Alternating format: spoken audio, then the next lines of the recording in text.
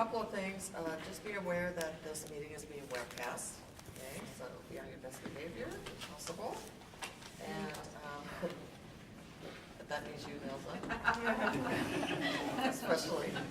Especially me. I'm okay. I own it. Yeah, okay. But before we get any further, I'd like to have Robert call the roll. All right. Chan Feng, not here yet. Scott Gutierrez. Here. Sylvia Kwan. Here. Ebony Lewis. Here. Matthew McGinnis. Here. Robert Pearman here. Nils Serrano. Here. Gary Williams. Here. And Oh, Denise. She's back. I'm back. welcome back. You only disappeared for one meeting, so we're really, really glad you're here.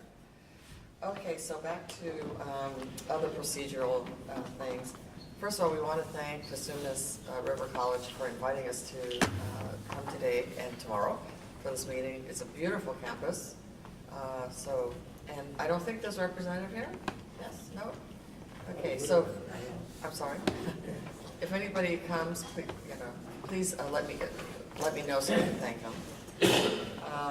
And then, Robert, for your information, we do need all motions and seconds to be repeated for the record, and then votes will be taken by roll call. It's a really fun process, you'll enjoy it. So the next item is for public comments on items that are not on the agenda. Are there any public comments? Yes, please introduce yourself. Yes, my name is Jay Hyde. I'm here representing the California building officials. I'm also a licensed architect. But basically, I'm here to follow up a letter that the Calco board sent the architects board stating our desire to assist the board in any manner that would be useful for you. And just to let you know, we have a face behind the name. I'm one of the contacts. I serve the board, and they're committed. So I know Bob, so you reach out to me. Very good, thank you so much. Now there is a face to a name. You're welcome to come to all the meetings. They're really fun. All right, the next item is that the Department of Consumer Affairs is here to give us an update about all doings of the department. And let me introduce to you Karen Nelson, who's the Assistant Deputy Director of Office and Board Bureau Services. Welcome, Karen. Welcome. Thank you. Good morning. Morning. Good morning, President Kwan, board members. Happy to see you all again. I believe last time I was with you all was in September, and I'm in Oakland. And so thank you again for allowing us an opportunity to provide a brief DCA update.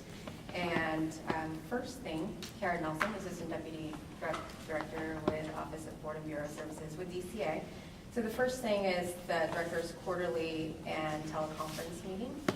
First, in October 29th, the Director hosted the last 2018 Director's Quarterly meeting, and at this time provided an update on the Division of Investigations Client Survey, Satisfaction Survey, the Executive Officer Salary Study, and shared a draft plan to assist our boards and bureaus to implement AB 2138 by July 2020. DCA's Public Affairs also previewed a new video which provides an overview of DCA and the 37 boards and bureaus that it does regulate. We're currently working on confirming the 2019 dates, and we will share those with the board as soon as they're available. Last week on December 7th, the Director hosted the second board member and advisory committee leadership teleconference.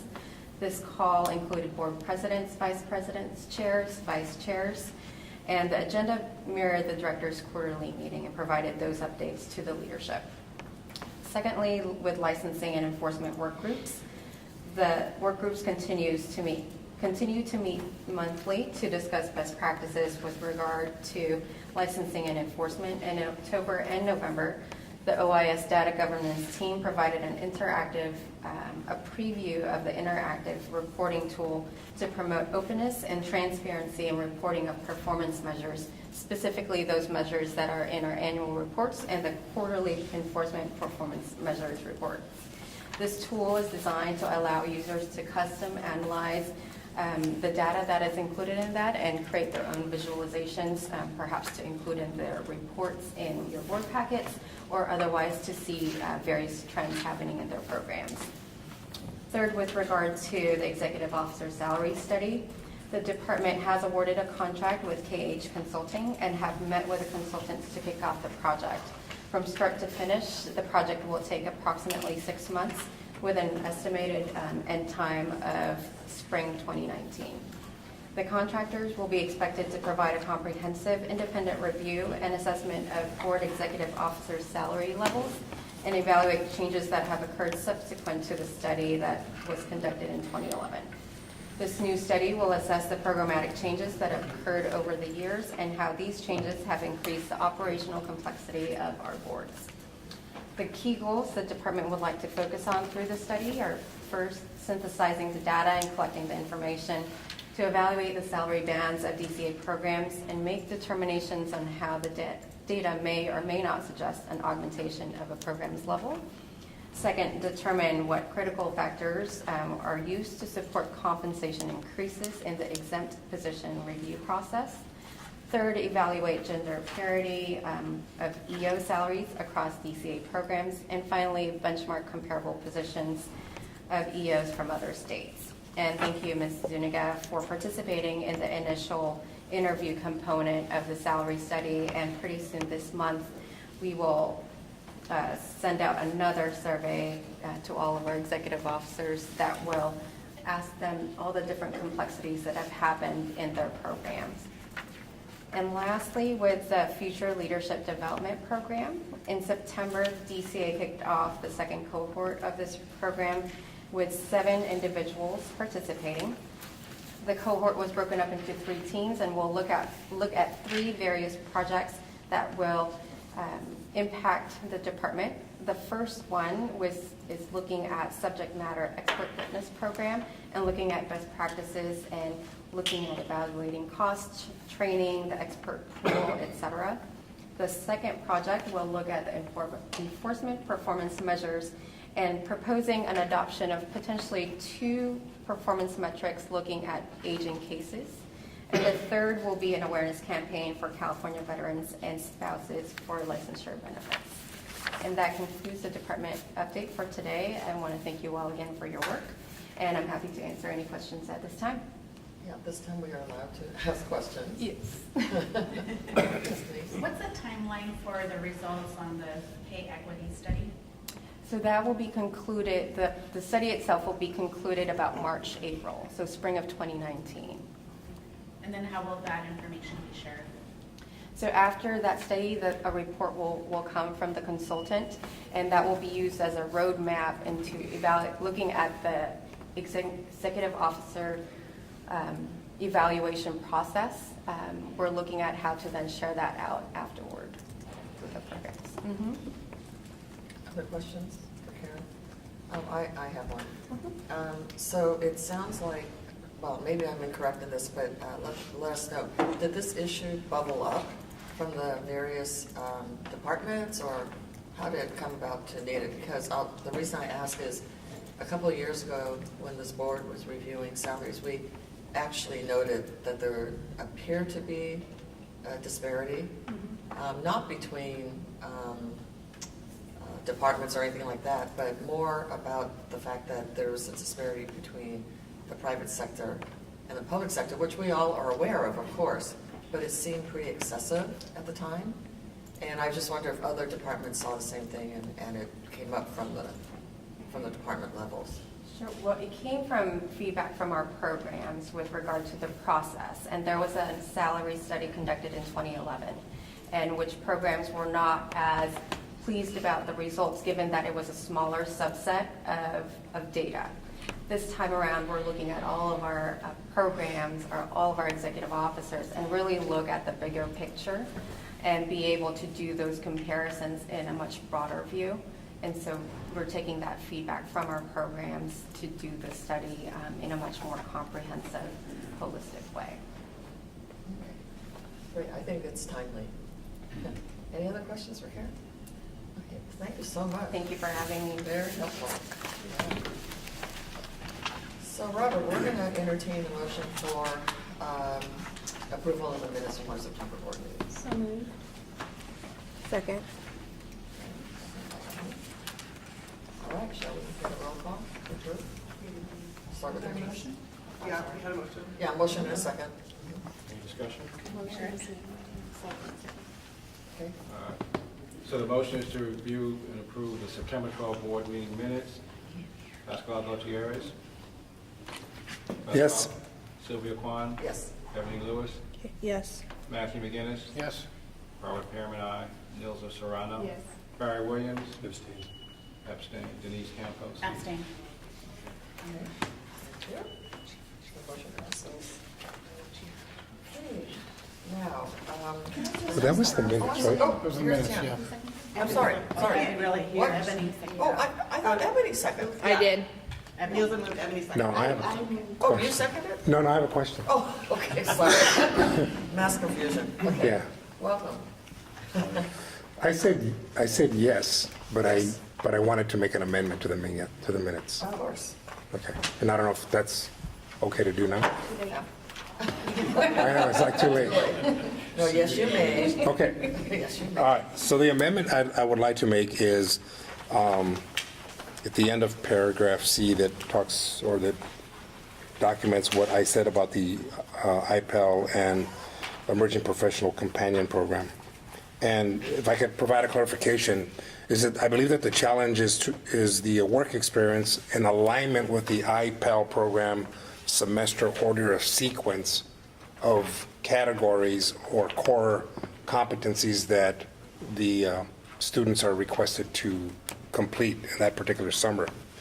And the second is that the Emerging Professional Companion is an AIA program, which is no longer in use. It's not an Endcard program. But that it may serve to offset the perceived intern risk management if used as a monitoring tool by firms in blending in real-time projects. So Okay. that's really what I meant to say. No. So, why don't you give us what page number? This is page 3. It's actually page 19 of the packet. Oh, okay. Oh, okay. It's page 3 minutes. Oh. 3 of the minutes. Oh, at the bottom? Still have above section E. Oh, yeah, I see it, okay. Yes.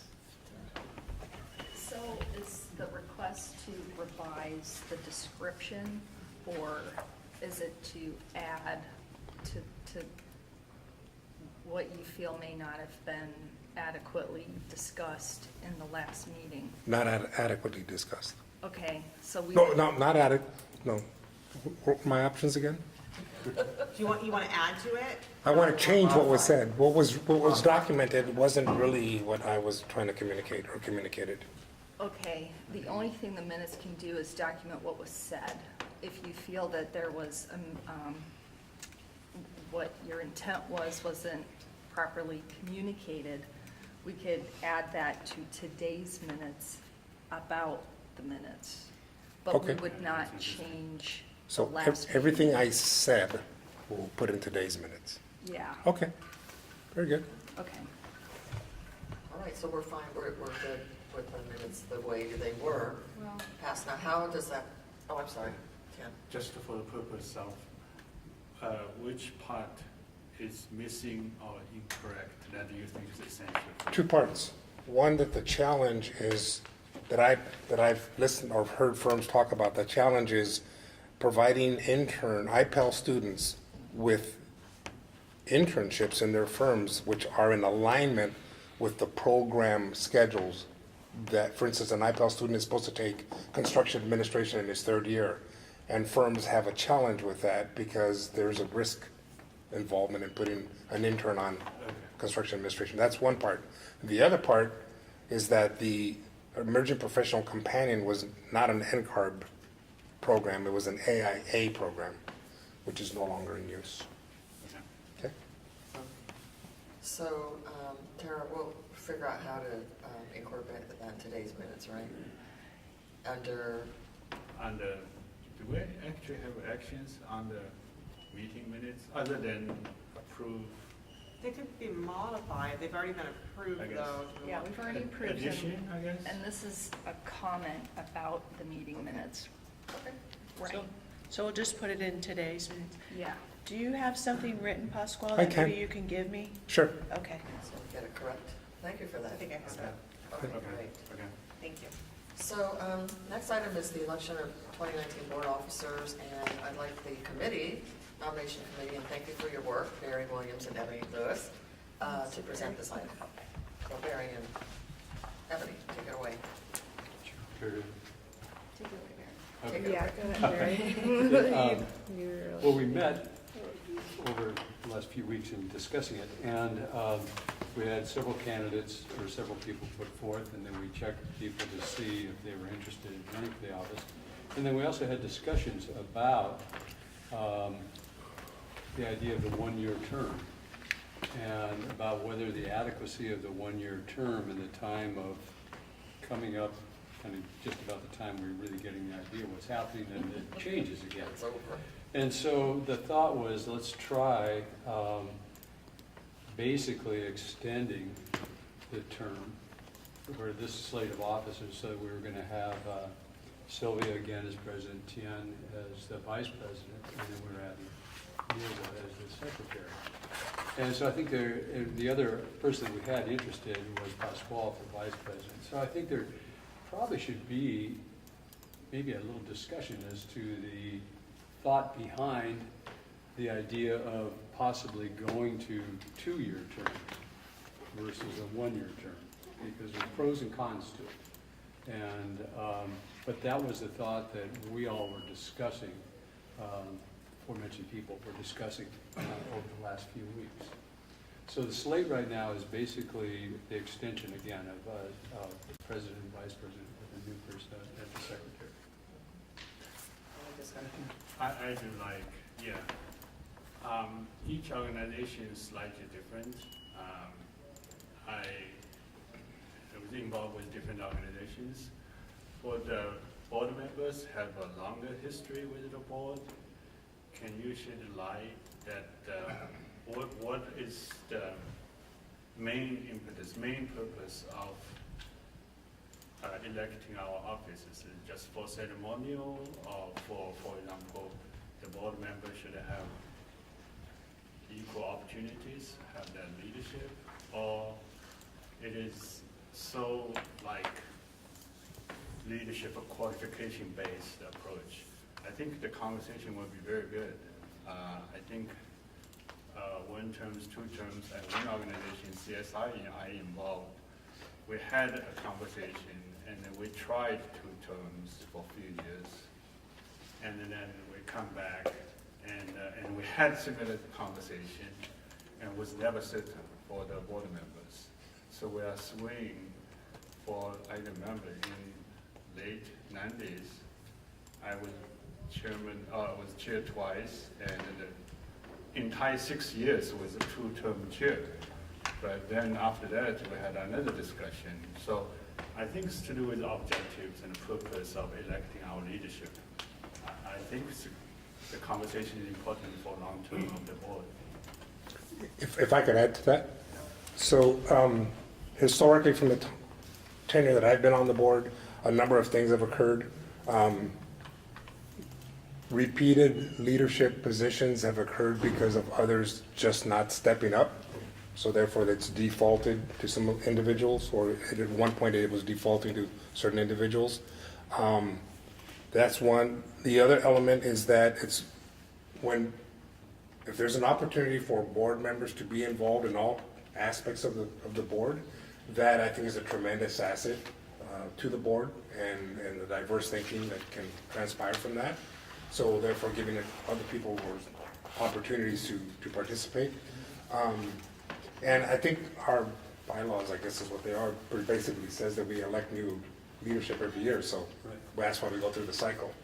We've never had a conversation about, since the time I've been on the board, we've never had the conversation about multiple year terms or extending the terms of leadership or offices. I think it's a great concept. Reflecting on my experience on other boards, I know when I was chapter president of the AIA, you spent your whole first year just getting things set in place and ready to go, and then you walk away, and you just never get to bring anything to fruition. So there's definitely some benefits, I think, in at least a 2-year term.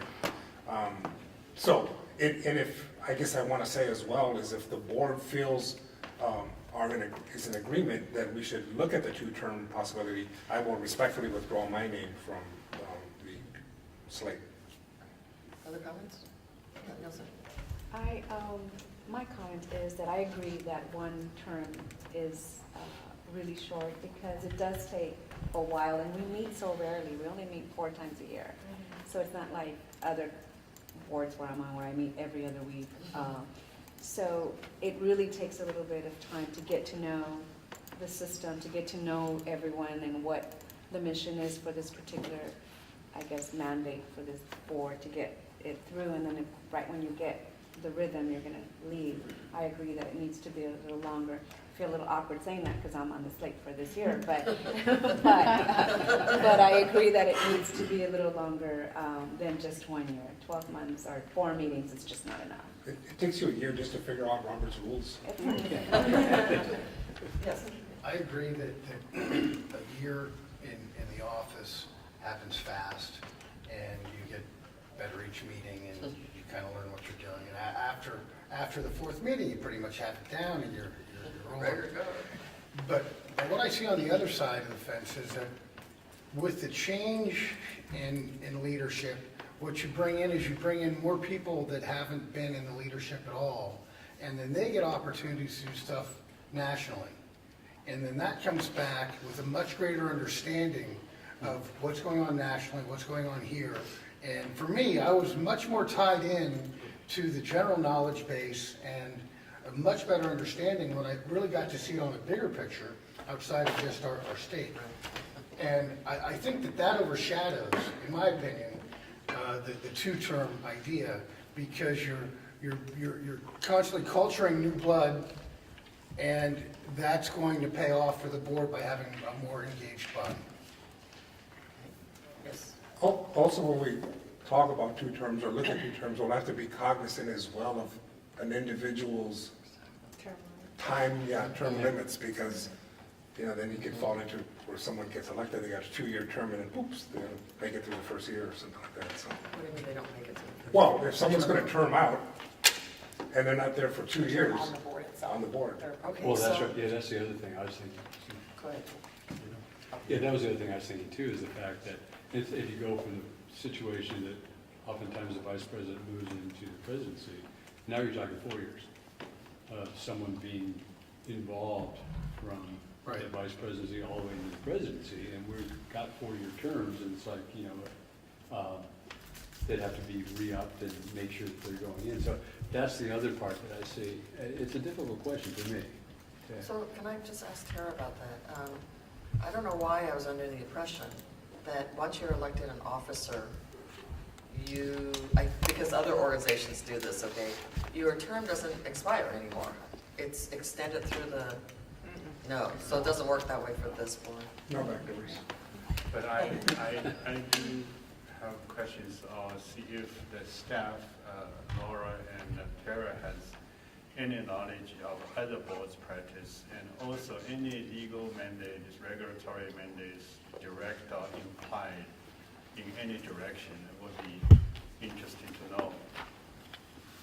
You mean, yeah, how Yeah. decent the recipe is. Yeah. So for CSI, for example, is a computer professional. We don't have regulatory aspects, so it's all ceremonial.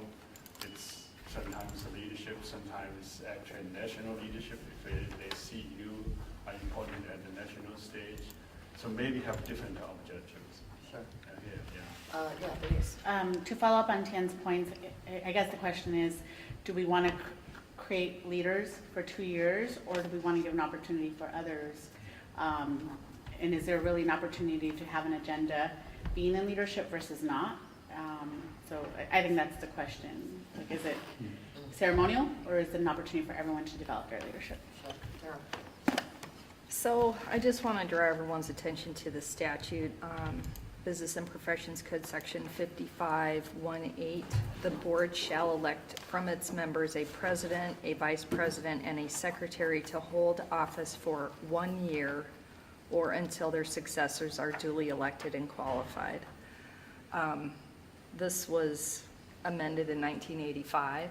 So it's difficult to state with certainty whether or not they intended the office to be held for 1 year and then someone else was elected, or they were saying for at least 1 year.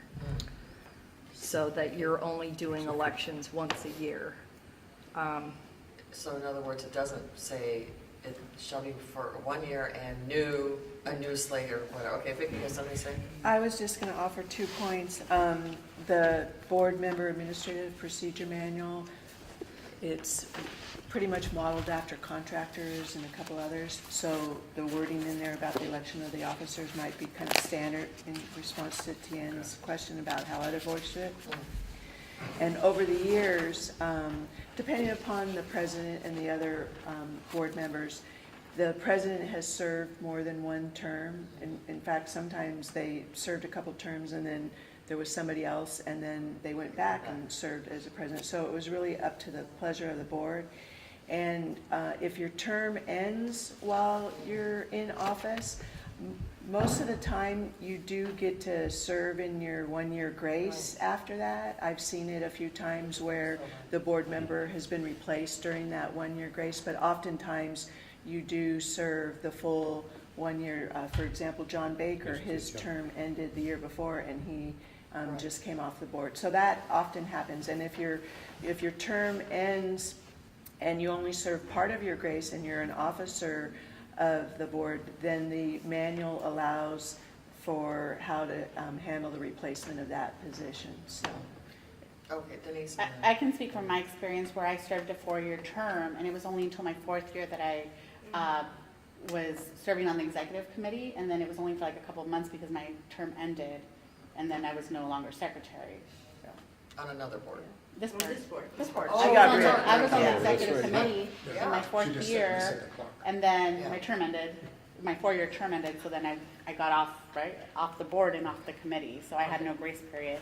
So that's an example of when we don't give an opportunity to others to have different voices at our executive level.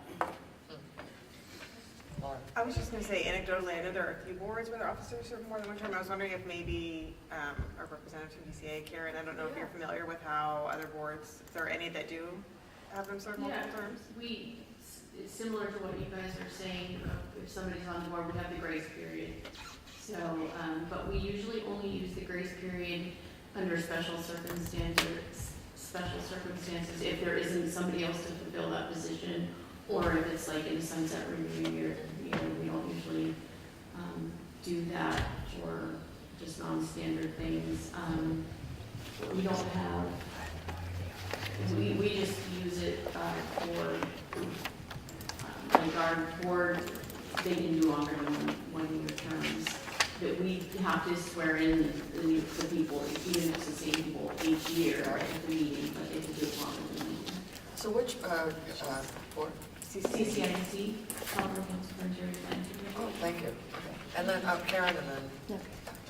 So, with regard to grace period, I think that's within appointment periods, that's when we utilize the grace period, so to speak.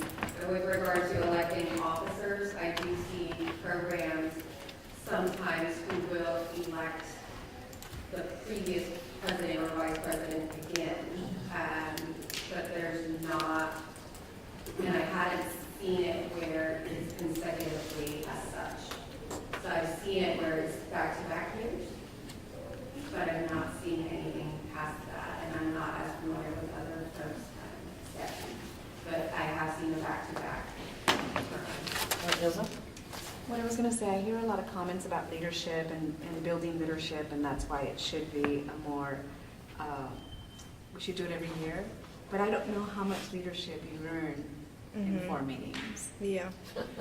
I mean, it really, in all reality, it's just 4 meetings, and Takes you're years. just, it does take a long Yeah. time. So changing people just for the sake of changing people doesn't really give you the skills that you need to really be an effective leader on a board like this. So my opinion would be that we go a little longer, I just think that to build leadership, you need just to be on a board a little longer. To speak to that point and Denise's point and Matt's point. Everybody's points. Okay. An office or leadership position to fulfill the board experience does open the doors to the big dance at Endcard. So unless you have that officer position, you most likely will not be at those annual meetings and so forth, where you gain such a much more enriching and broad experience and knowledge of what occurs in Endcard and regulations. So, Right. so Sure. wanted to say that. Yeah, Tara. As a point of clarification, what you're talking about today is whether or not to re-elect the same members for 2 terms, rather than electing someone to serve for 2 years.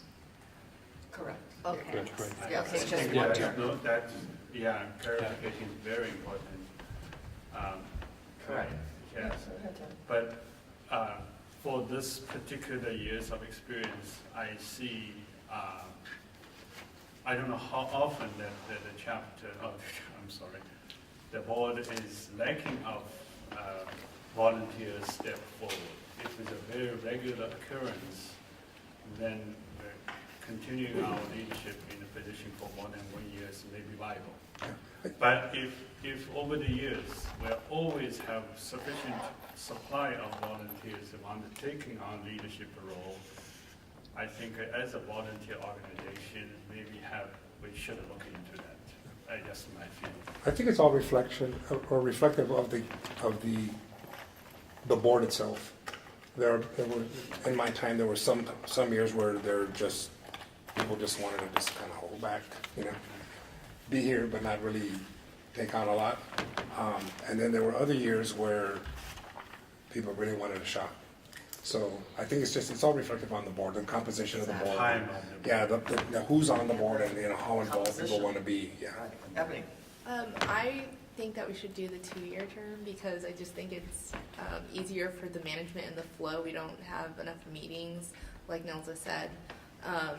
And once you are getting hold of it, then you're rotating off. As far as NCARB, I think that, yes, it opens doors for who are on the executive committee, but I went to an NCARB meeting my first few months of starting on the board, and as a public member, they have public positions, so if you want to volunteer or sit and participate at that level, you can, even if you're not on the executive committee. So I don't know if that is something that we should take into account for how we manage our board and the success of our board and how it's managed. So It's a really good observation, and it made you feel connected pretty quickly, right? More than NCARB was, it exposed a lot about what is happening, but I think more importantly about NCARB is the time that you build the relationships with the other leaders, and I think that having a consistent base to build those relationships and be an effective player, it is helpful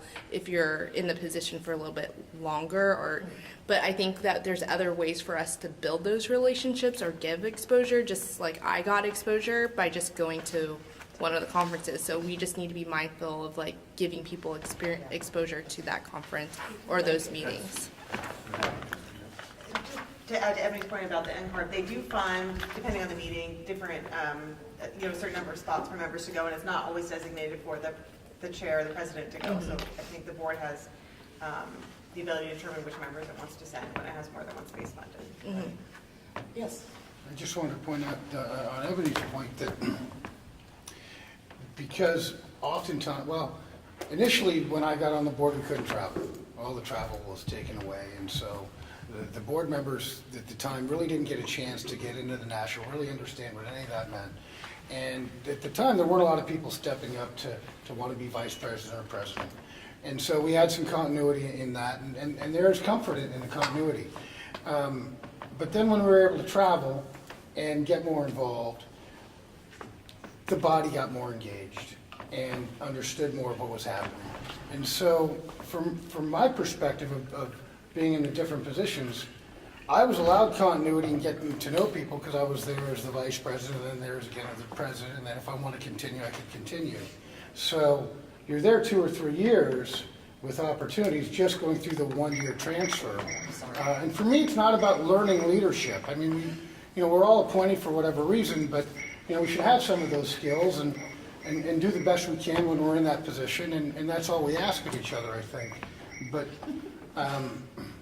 this board doesn't need to be led as much as it needs to operate well, and I think it operates well by having people more into the system.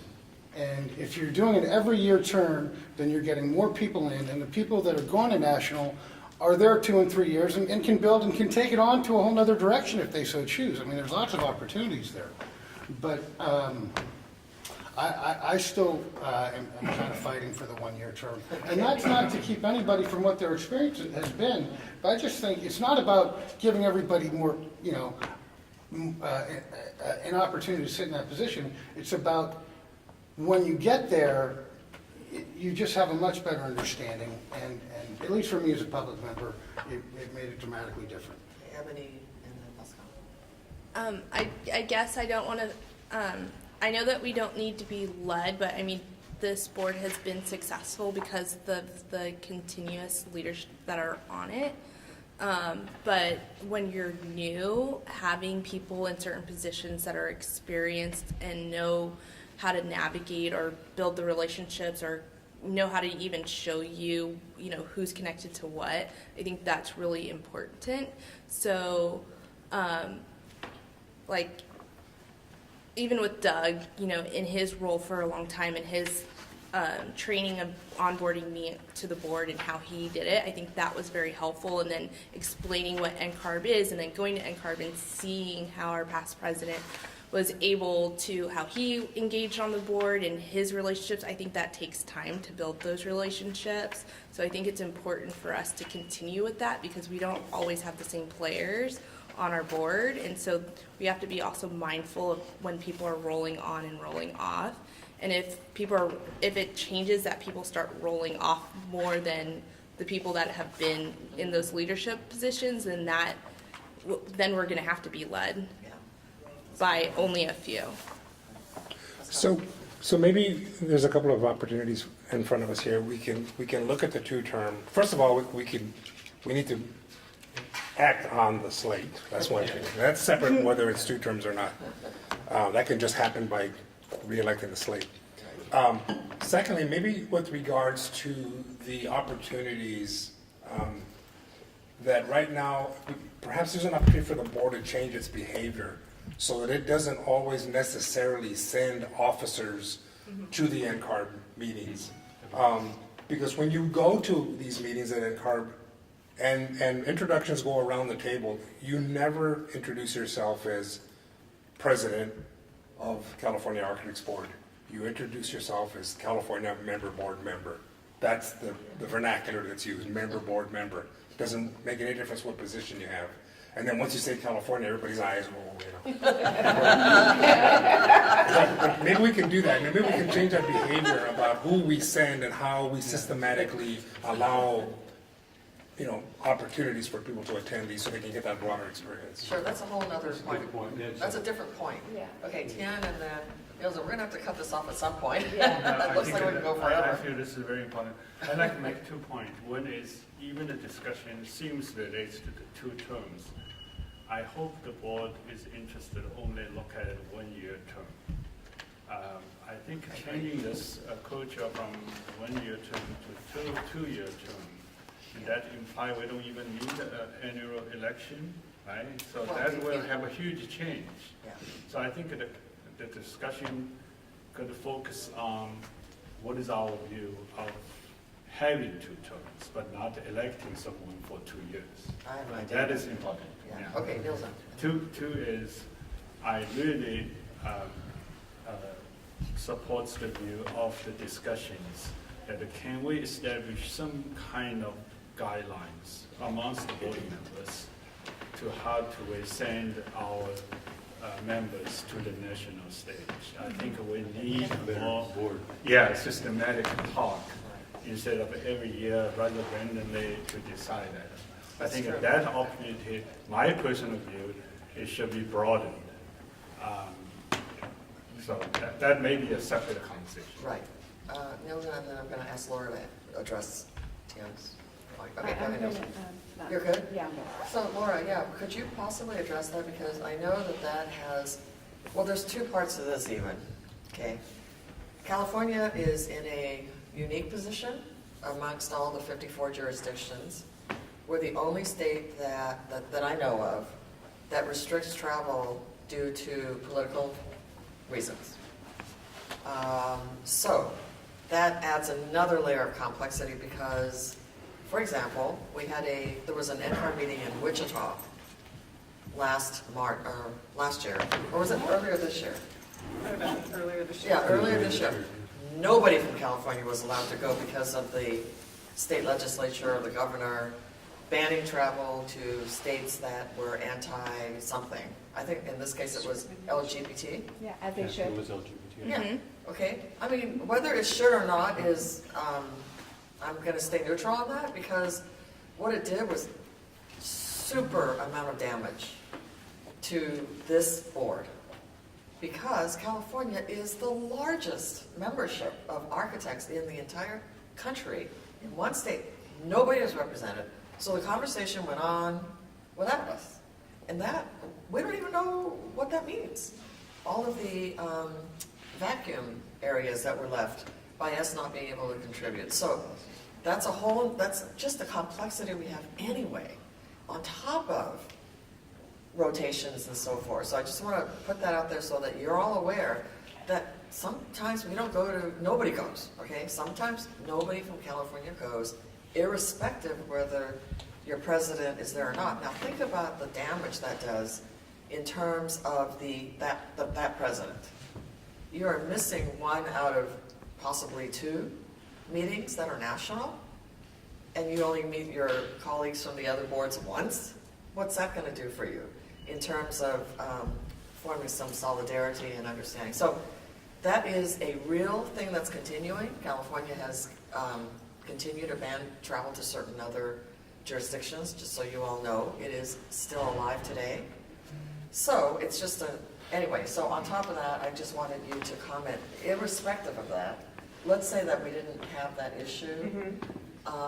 What is the funding mechanism that if the board says, hey, listen, we feel that there's additional value to maybe having the two officers, but also two, let's say, board members that are interested in attending. Are we allowed to do that? So for each event, Endcard funds a certain number of spots. So for the annual meeting in June of next year in Washington, D.C., they're going to fund the executive officer, two board members, and then a public member. So the two could be public members as well, but they in particular fund a public slot. So I don't know how in the past it's been determined who attends, so I can do some research, but then we could go forward with some guidelines for how the board wants to select for future meetings, who's going to be attending. Maybe it goes to the executive committee or the full board discusses it, or we rotate. Right. Well, that's exactly a good starting point for this conversation because my curiosity is about the state of California. So Endcard funds the three. Would the state of California, would this department be allowed to, or have the option of funding an additional member, say? We could request to fund it with our own funds and to fund additional spots. I think it would just be less likely that it would get approved. I think it's easier to get a zero-cost trip approved.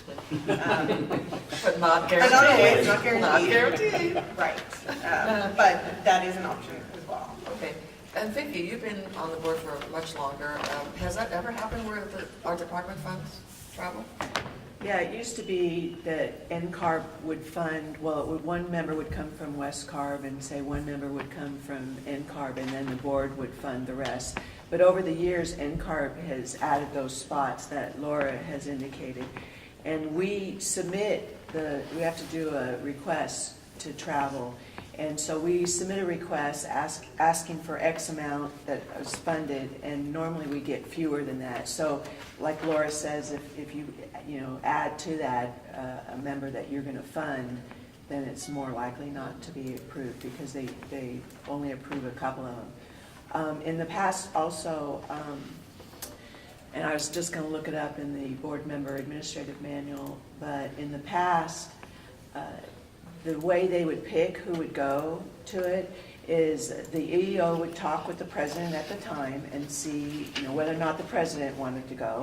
And then they would discuss whether or not what other members might be interested in going. And then they'd put out a request to ask the members, who's interested, or these are the members we have identified, are you able to go? And usually it ends up that, say you get 3 members, and we also had it where John Baker would be able to go because he was on West Carp. Usually it ends up, whatever spots we have, those are the members that are able to go at the time because it's a couple of day commitment. Right. So over the years, it's worked out to whoever really wanted to go can go. Yeah, okay. Well, I happen to be on the West Carp Executive Committee also this year. So then that's a funded Next spot. year. Yeah, so perhaps I can give up my slot to third. So just show of hands, who on the board has not attended an Endcard meeting yet? I did the one in Long Beach when it was there. That was my very first time on the board, so. All right. Yeah, me too. That was eye-opening. Okay, so in that case, maybe Denise and Barry might be the two that are most likely to want to go because you've been hearing about it and you're wondering. And I can also give up my spot because I'm a public member of the national board now. Oh, see? Good, so maybe Barry and Denise can go in on top of the officers, the two of us and you. Yay! I like the conversation we're having. We veered off, so the Yeah, item at sorry. hand is whether we're going to support the slate of officers that Barry and Ebony are recommending. But I do appreciate the open conversation and the willingness to be inclusive. Yeah, and then, so I just have a comment, and then we can please call the vote, okay? My only comment is this.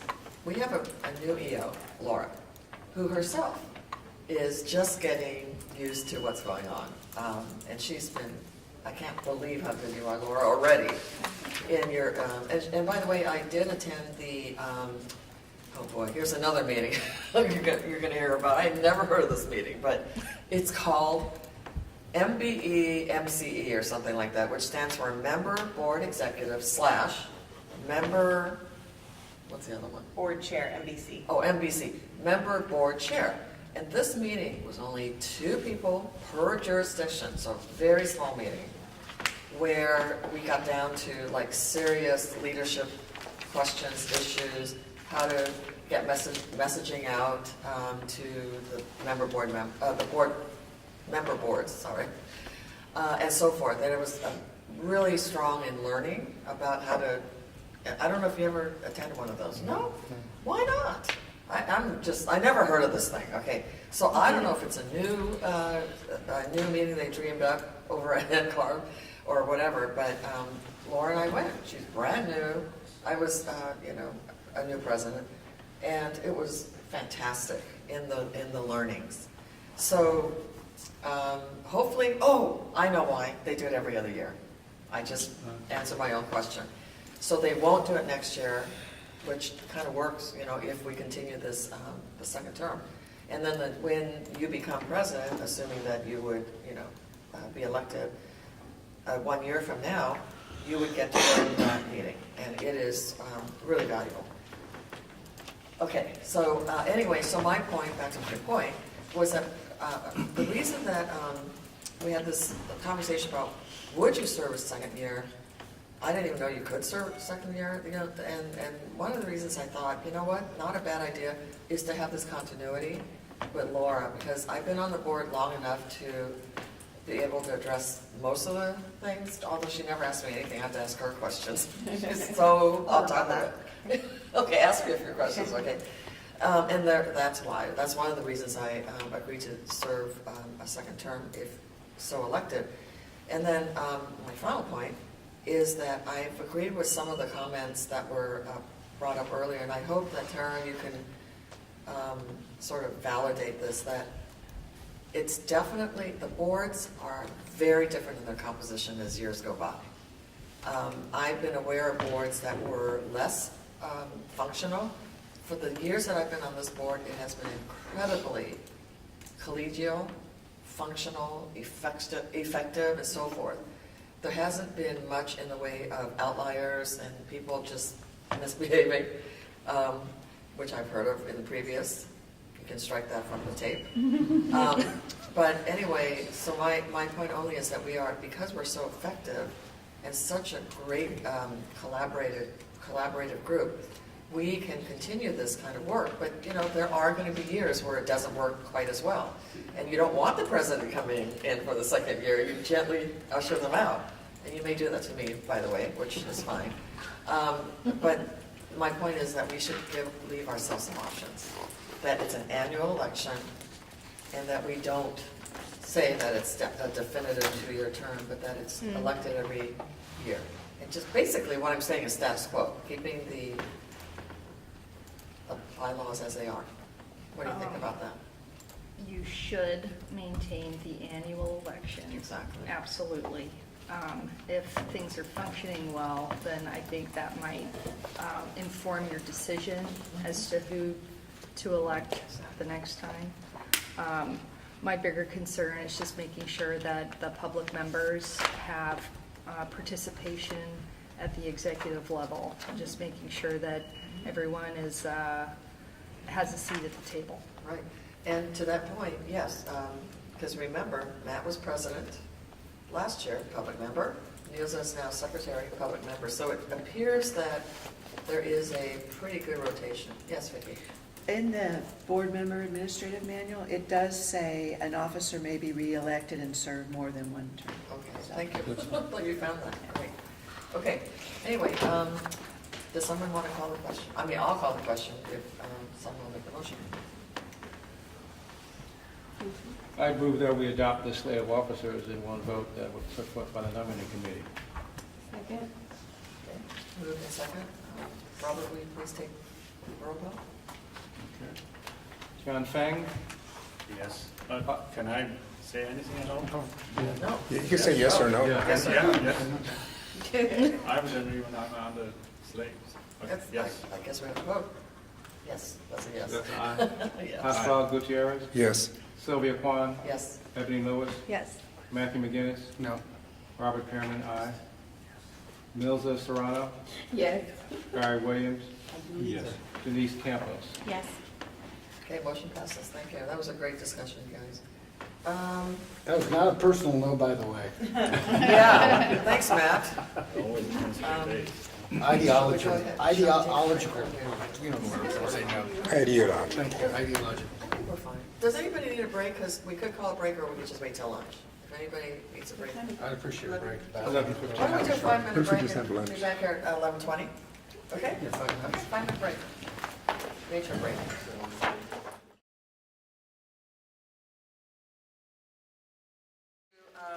Move item I into place right now, and that is the representatives are here from the California Council of Interior Design Certification, or CCIDC. Executive Director is Rose. Is it Rose or Ross? Rose Wiebe? Oh boy, Wiebe. Rose Wiebe, let me say that correctly. And she's going to talk about the activities of the organization. Thank you so much for being here. Well, thank you for having me, President Kwan and board members, thank you. And I'm Rose Wiebe, and I am the new executive director. Many of you may know Doug Stead. He was with us for over 20 years. He retired. He's now enjoying life in Mexico. I took over in 2017, and so there have been many changes. We relocated our offices. That's one of the things that we did. And we, like you, went through our sunset review process in 2017, 16 and 17. So there were some items that the issues, and I gave a packet out for you guys, issues that they wanted us to look at. One of them was, it says acceptance of our stamp here, but that's kind of misleading. One of the things that we've had issues with is getting building officials to even look at or accept plans from our CIDs, to have them even be accepted to submit the plans. So it's not even, it's not uniform acceptance, it's some jurisdictions do not allow our CIDs to submit plans for review. So even though the law states that they can, under the exemptions in your Practice Act 5537, 5538.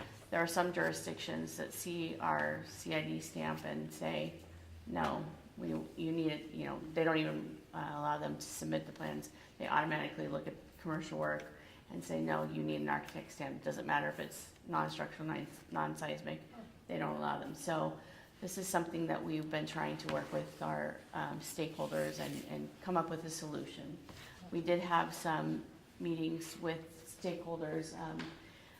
Doug McCauley was at the meeting, Ms. Mark Christian was at the meeting before the sunset review to try and work out some, Calvo was at the meeting, work out some things ahead of time, clarification in the language of our own Title Act to see if we could get things to work through. Unfortunately, that didn't happen. So we've gone back to the drawing board to see what can we do. So one of the things in the stakeholder meeting was a commercial designation. This would help the commercial designers to hopefully show the building officials what it is that they're capable of doing. So we sat down and had a large stakeholder meeting and listened to what it is they wanted, what it is they desired, what it is they needed.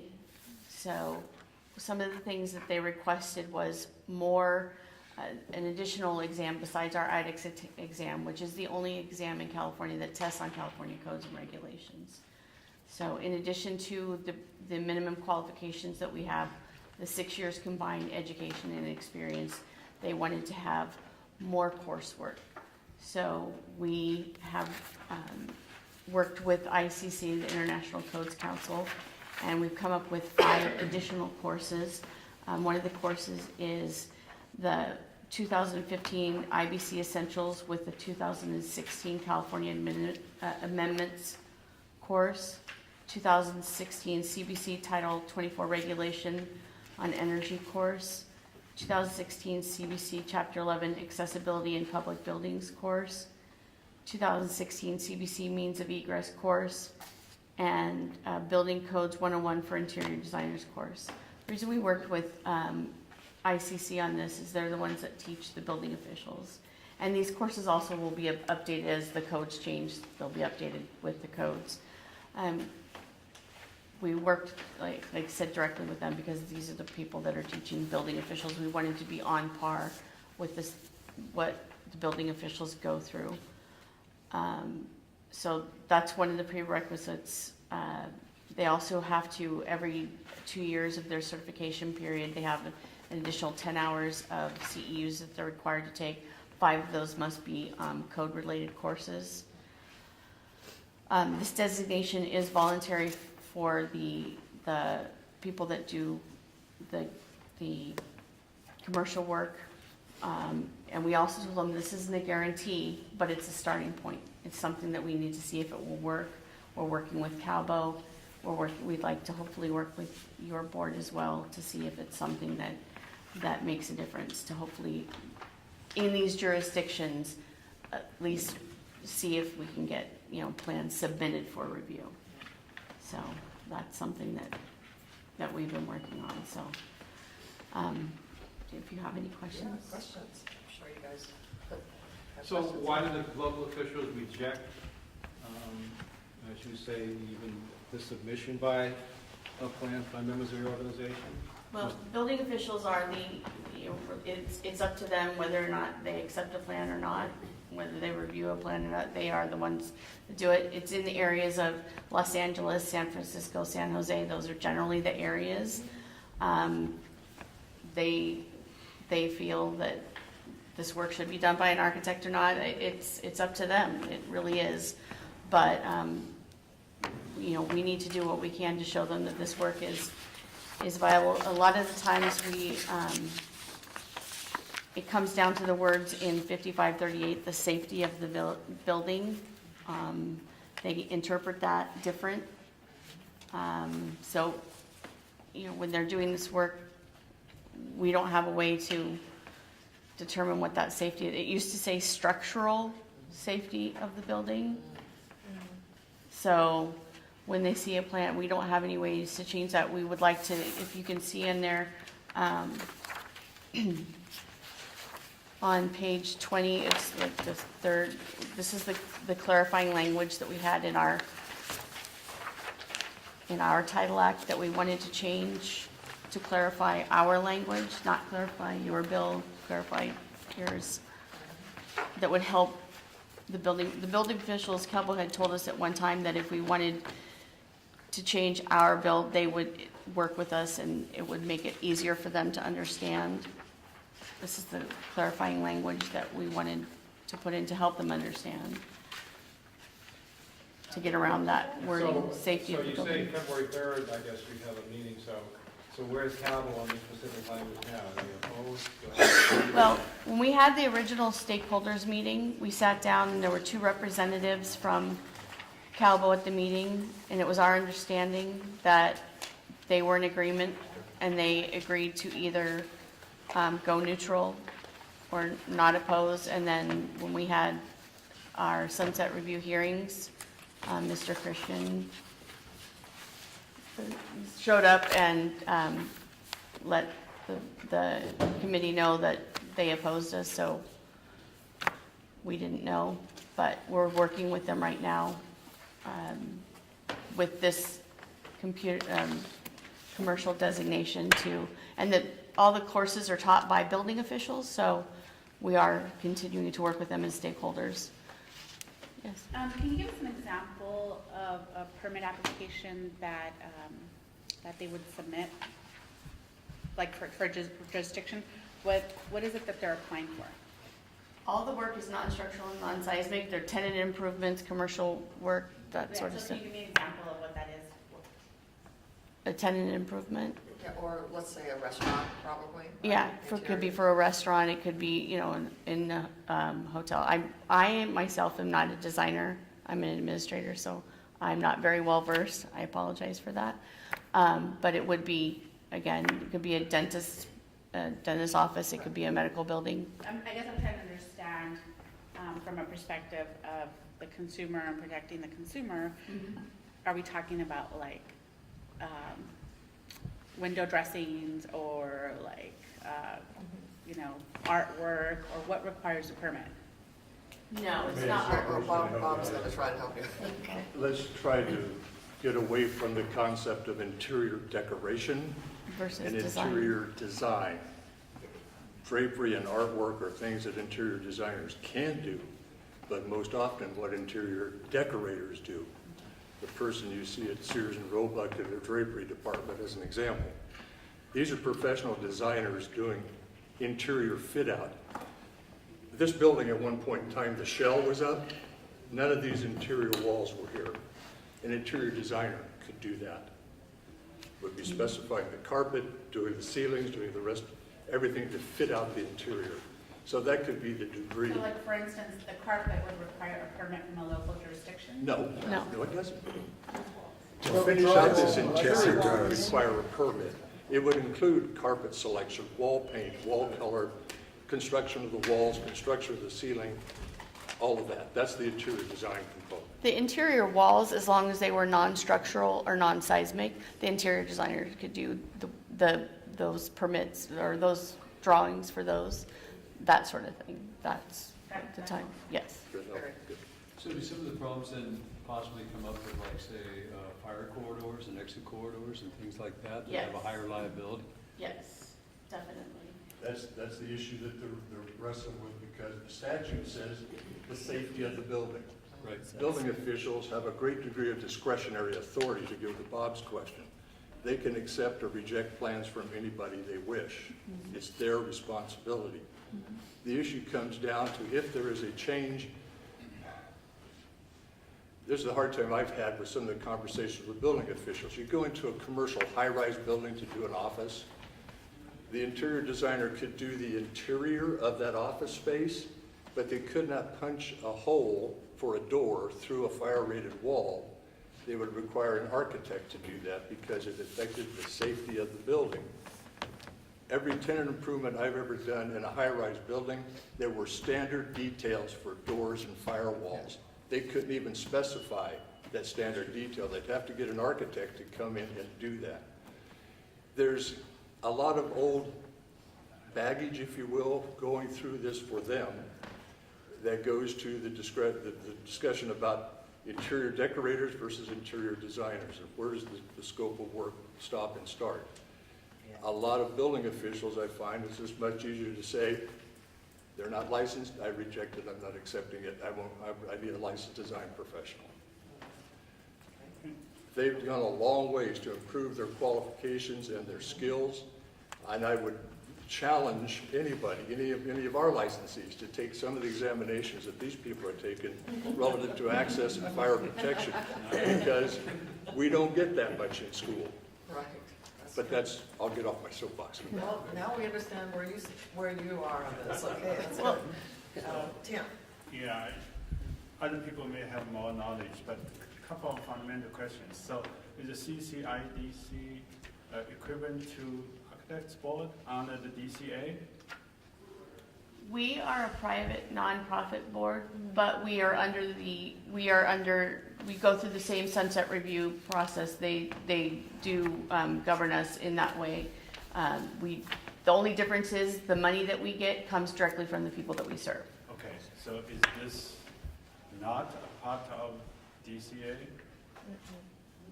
We are. Are you asking not? It's not a part of DCA. We are not a state board. It's a trade association. Professional organization? We're It's a trade. we're a board that certifies. We're not a state board, as in we're not a state board that way. We're a private nonprofit board, but we're not a club like AIA. No, we still go through the sunset review process.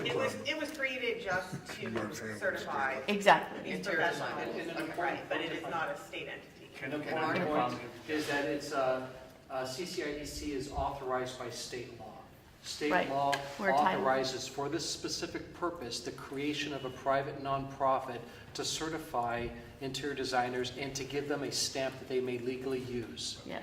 So it is authorized by law, but it's not under DCA like the Architects Board, the Contractors Licensing Board. For Bob, so what is the jurisdiction the DCA has over that board? Council? Zero. No, we. In theory, you don't need to talk to us. No. I mean, I just want. No, we do. I mean, we go through the same sunset review. We're a Title Act. You guys have a Practice Act. We're a Title Act. We're in the Business and Professions Code, 5800 to 5812. I mean, they could sunset us. They could. Who are they? The DCA? The DCA. The legislature.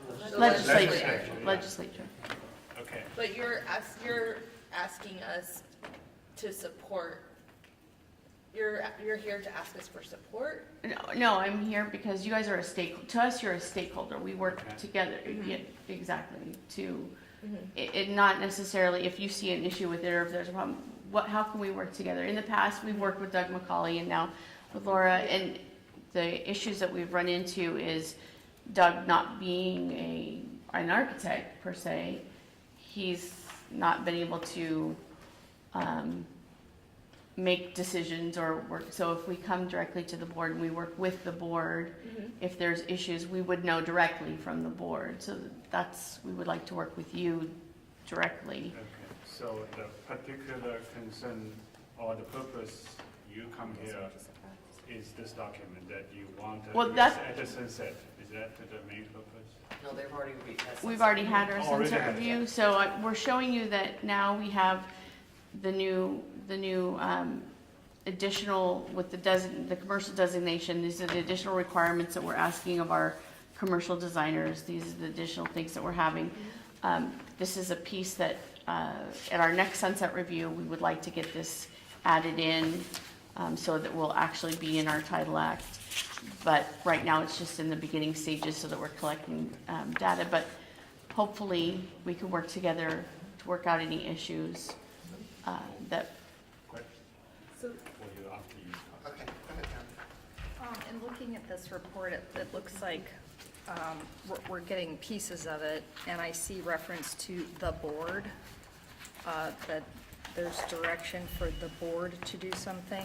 I noticed that California Architects Board is defined as CAB, so who is the board? The board is us and CAB is the California. Okay. Yeah, with the board. Have this This was just informational, this was just informational, so you guys understand what I was saying.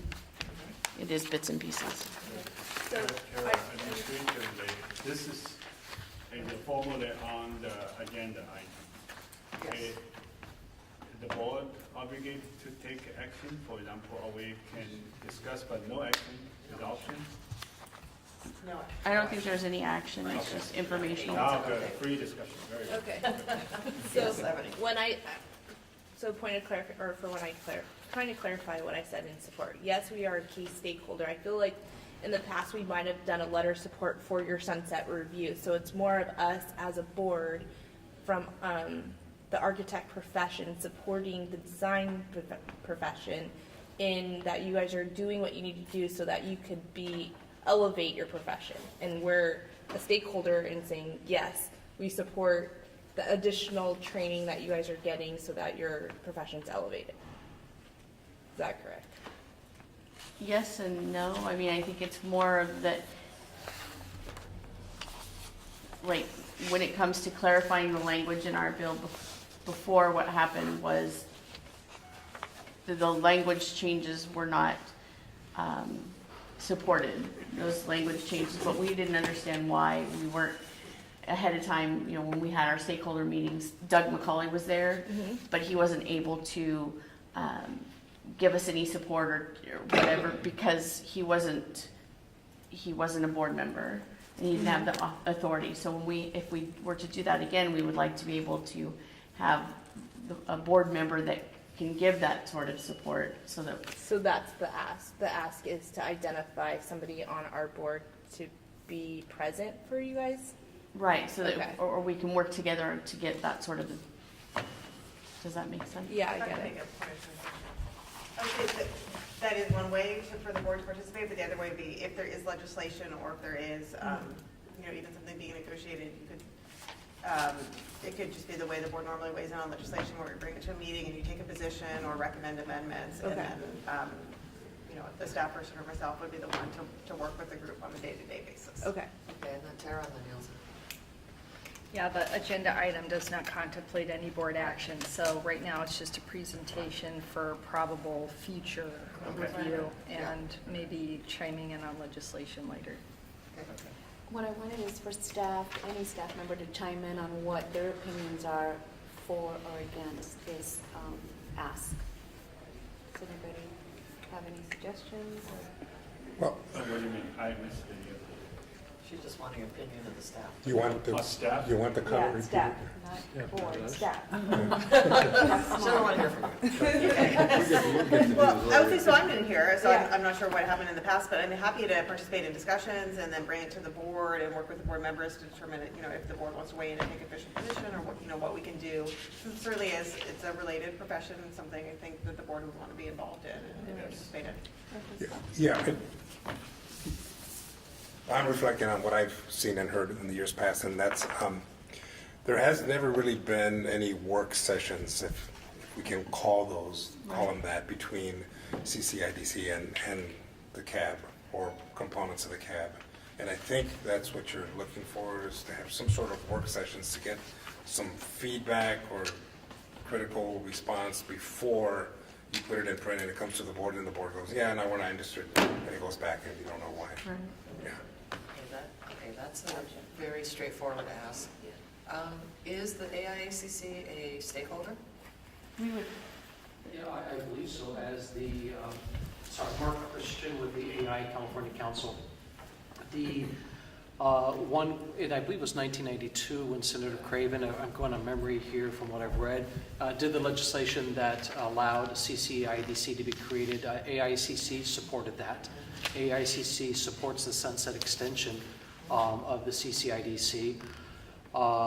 And I think that we are a stakeholder, as the exemption where interior designers are allowed to operate is an exemption within the Architects Practice Act.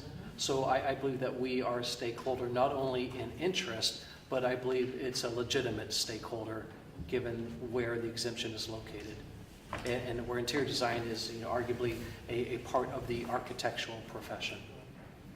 Well, what it sounds to me like that the organization's trying to achieve is a partnership.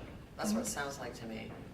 And that there's a pretty clear line, a definitive line between what is the architect's purview and what is your purview. For example, we talked about the firewall just a little bit ago, but what I'm curious about is another issue which to me is a little grayer, and that's the whole issue of ADA. It seems to me that the interior designers are perfectly capable of making a hallway, wide enough and doorways wide enough and projections of a certain light fixture, not beyond 4 inches and so on. So where do you see the ADA issue falling?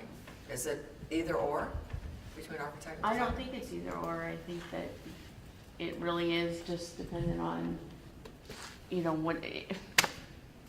Can you help me on that one? Well, if you're I doing think it, it depends on. as the designer, they would be responsible for the ADA within the interior of the space, Yeah. as any designer would, even if they're licensed or unlicensed, or they're an architect.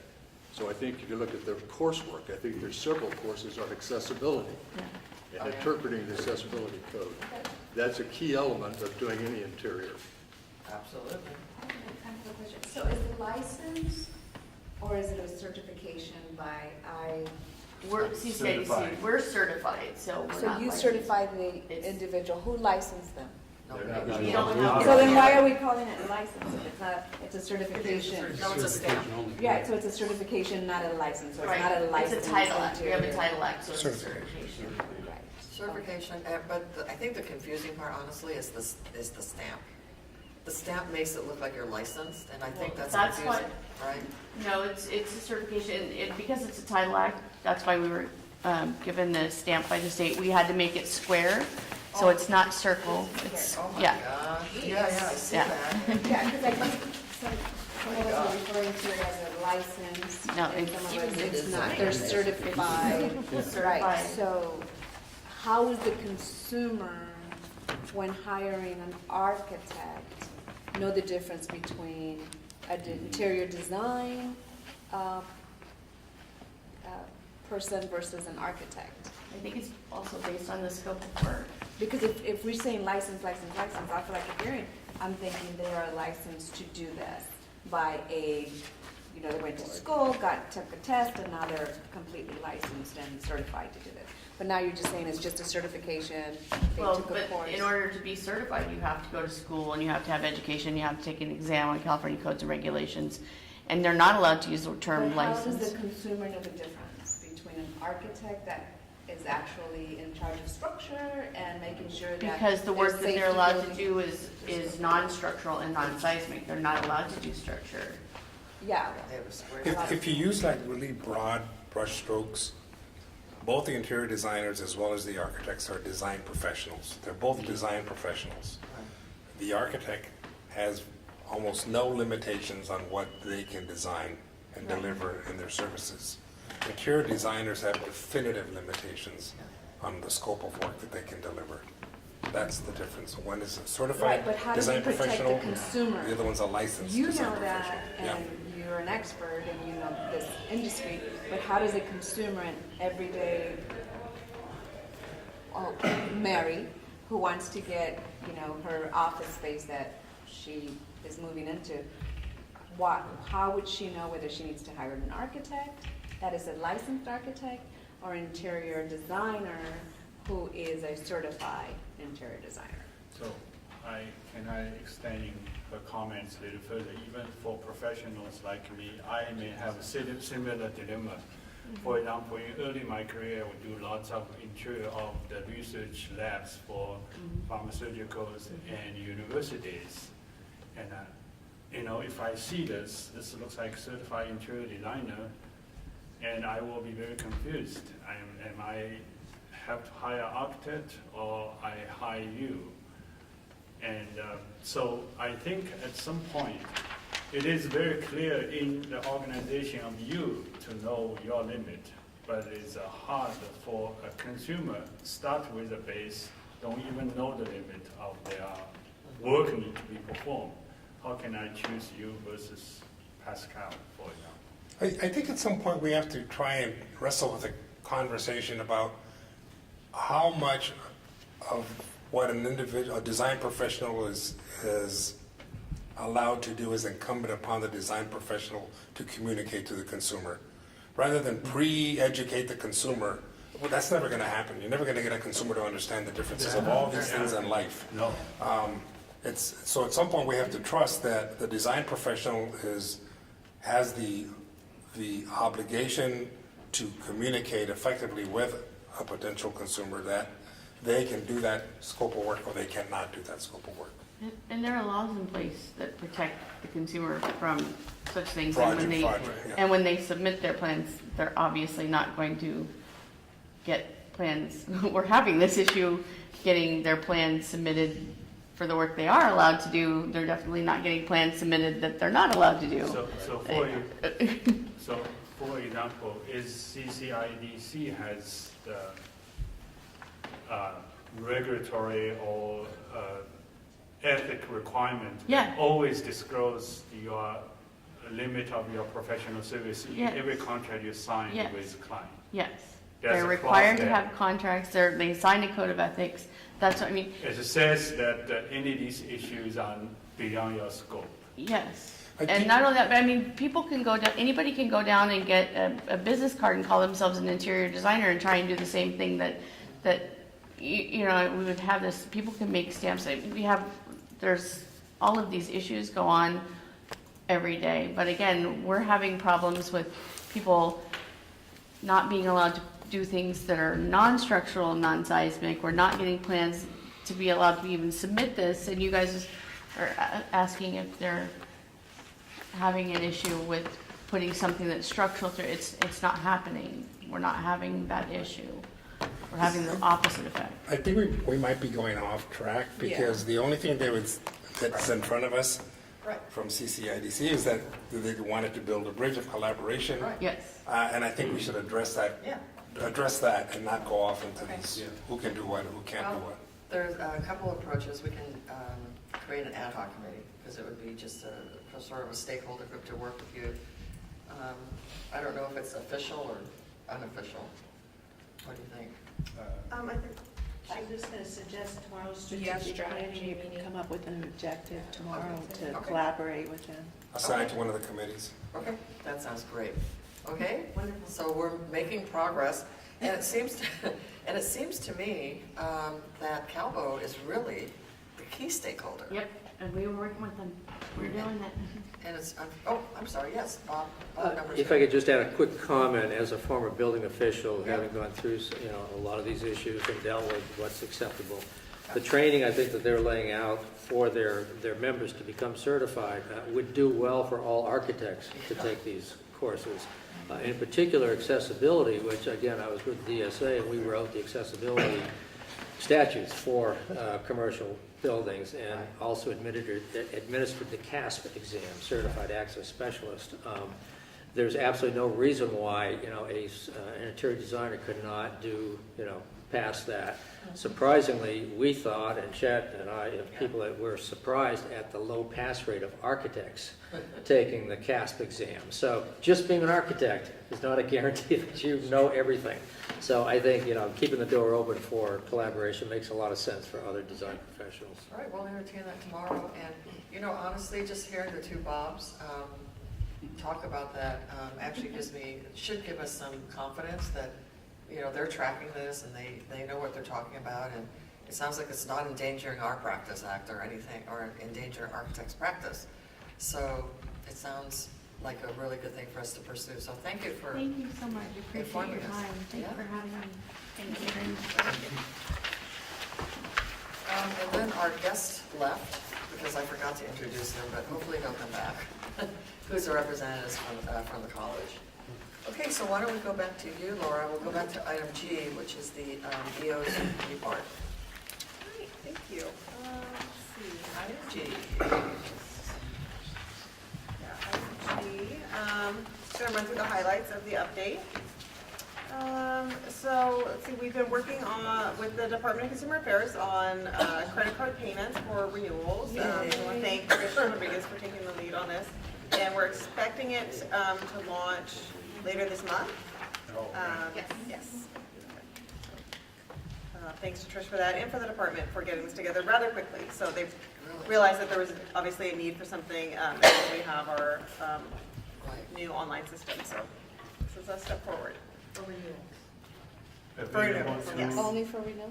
It At is this time, until we have our new business modernization. So is it going to charge the user the administrative fee that we're going to have to pay for that, or is it coming out of our budget? So for the board, we will be charging the fee, and then we'll kind of monitor to see what the impact is. And some of the boards are absorbing it, and some aren't, so we'll kind of look at it, see the impact, and see if we could potentially absorb it. Thank you. Laura, sorry, just want to clarify. So it will be available to the actual architects to be renewed next month? It should launch later this month, Okay. yeah. Thank And you. I'll make sure to send an update to the board members when it's official. In terms It's of on track. cost, is this unreasonable if we impose some kind of fee on the architect? No? It depends, I mean, everyone does it differently. Some absorb the cost, we weren't sure about the impact of the board, and some don't, they pass on the fee, so we'll see what it is. I know you can pay property taxes and they'll add a couple percent to it. Yeah. If you want- 0.5. If you want that, Online, yeah. you know, online, they said if you want to go this way, then you just add a couple percent and you do that, or you send a check in. So Yeah. And so I think it covers the cost of the, And probably we'll the still bank. continue to accept payment the regular way. Yeah. Yes. can you look into this? More information on how different people No, handle it? no, they're charging Passing on the consumers, fee. yeah, some. So Yeah, we need to- will be, It You should. will be? yes. Yes, we should. Because of, I yeah. think so, We too. should. We shouldn't take the hit on the budget. But like, so maybe, It's a convenience. yeah. so it's starting Convenience later fee. this month, so 6 months in, say at the June board meeting, we can give an update, see how many people have taken advantage of it, what the cost has It's not that been. much. Yeah. We're used to Don't it. make money from it, but Not I to hope make so. money. Yeah, Not a revenue budget neutral. item for us either, so we'll be neutral. Yeah. Yeah. Good, Whatever it's thank going to cost. Isn't this just for enforcement? It's for license renewals. This is renewal, that's what I mean. So Trish, I have a question for you on that too. So on your property taxes, which is also the state government, or no, the county, sorry. So you do have two options. Well, besides going in and, you know, or writing a check, but the two options are you can either do the credit card, which is 2.5%, which is a lot when you're considering, you know, property tax, or you can do I believe it's a deduction. It's basically ACH, which is a deduction from your bank account directly, I believe. And that's the option I always choose when I pay online. And I'm not paying 2.5%. So what about that as an option for renewal? We haven't explored that. This is, you know, the first time that idea has been, you know. So I can certainly go back to them and see, as we, you know, see how successful the process is. Maybe implementing that. Yes, but how about a step at a time? I think a Yeah, credit that's card, agree. That's that's fine. a huge convenience That's already. yeah. huge. Yeah. But 2.5%, I don't know if that's prohibitive or not. Well, no, I think think what they're going to yeah. charge is just what it costs us, Yeah, whatever the whatever. bank fees are. Yeah. Which is There's a about- transaction fee, that's it. We're not going to charge a 2.5, crazy ripoff. It's pretty close to that. I think it is 2.5%. It is 2.5, I know. Or higher, vendor fee, yeah. yeah. So anyway, okay, that's fine, that's great, okay, what else? All right. $300, right? To 200. So we'll send an update when that is officially launched. The board approved the sunset review report at the last meeting, so that was submitted to the legislature at the end of last month. So that's fantastic. Oh, I'm sorry. I'm sorry, we went past Senate Bill 1480. Yes, I went over the legislation since there's not a whole lot new since our last meeting. I apologize. It says that the DCA, boards within the DCA will meet 3 times per year to 2 times per year. How's that going to affect the CAB? So there's a general provisions in the Business and Professions Code that now specify boards have to meet at least 3 times a year. So January 1st, it'll go to 2 times a year. That impacts LATC, but for the board, we have our own specific statute that specifies that we meet more often than that. So Okay. that will So no change? It won't change, yeah. Okay, because I thought maybe that double term just went. Yeah. And it's just a matter of boards are always able to meet more often. It's just they have to meet at least All right, cool. 3 times a year. And then after sunset review, I have a question about the new license information guide. Okay, sure. The only other thing to add on sunset review is that Sylvia and I are going to meet with Trish and the LATC new bank president at Business, Consumer Services and Housing Agency tomorrow. They just wanted to meet with all the boards that are going through sunset review. So we'll go after the board meeting adjourns tomorrow. All right. Okay, so on to the new licensee guide. It says that it's going to be distributed December 2018, which is like this one. Uh-huh. Yeah. Who's that going to? This is something, when It says someone receives disseminated. their license, it's going to be mailed out to them. Marcus, is that correct, Alicia?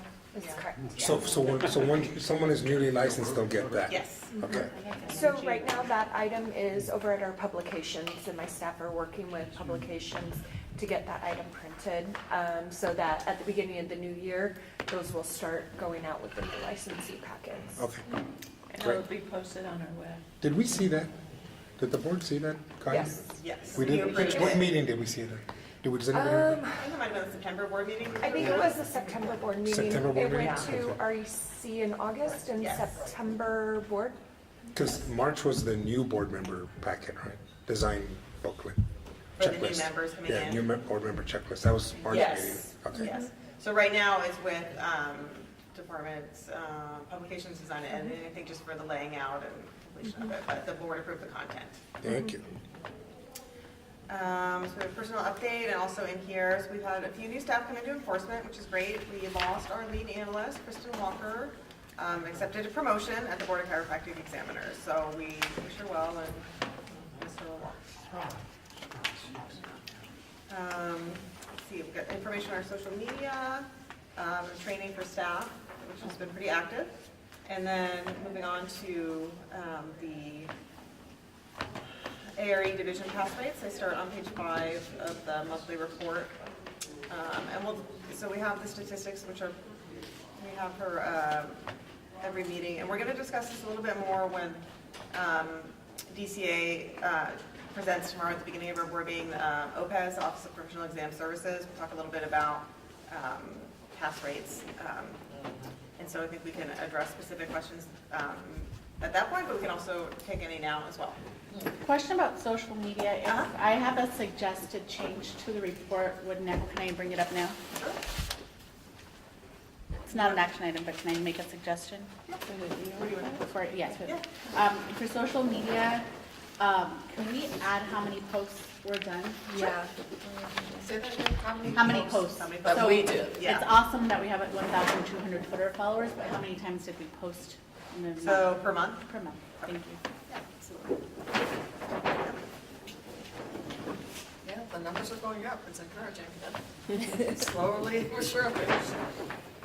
Okay, we also have to ask the questions about the pass rate, is that your favorite Yes, I subject? saw that in landscape, on design, it's a 50% fail rate. Why would that be? For LATC? Oh. I'm sorry, I just kept going down. Yeah, there's a 50% fail rate on landscape and design, which is kind of crazy. And then have we, or has staff noticed a difference between the new 5.0 system testing versus the old system? And are we getting more students to pass to get their license, or is it just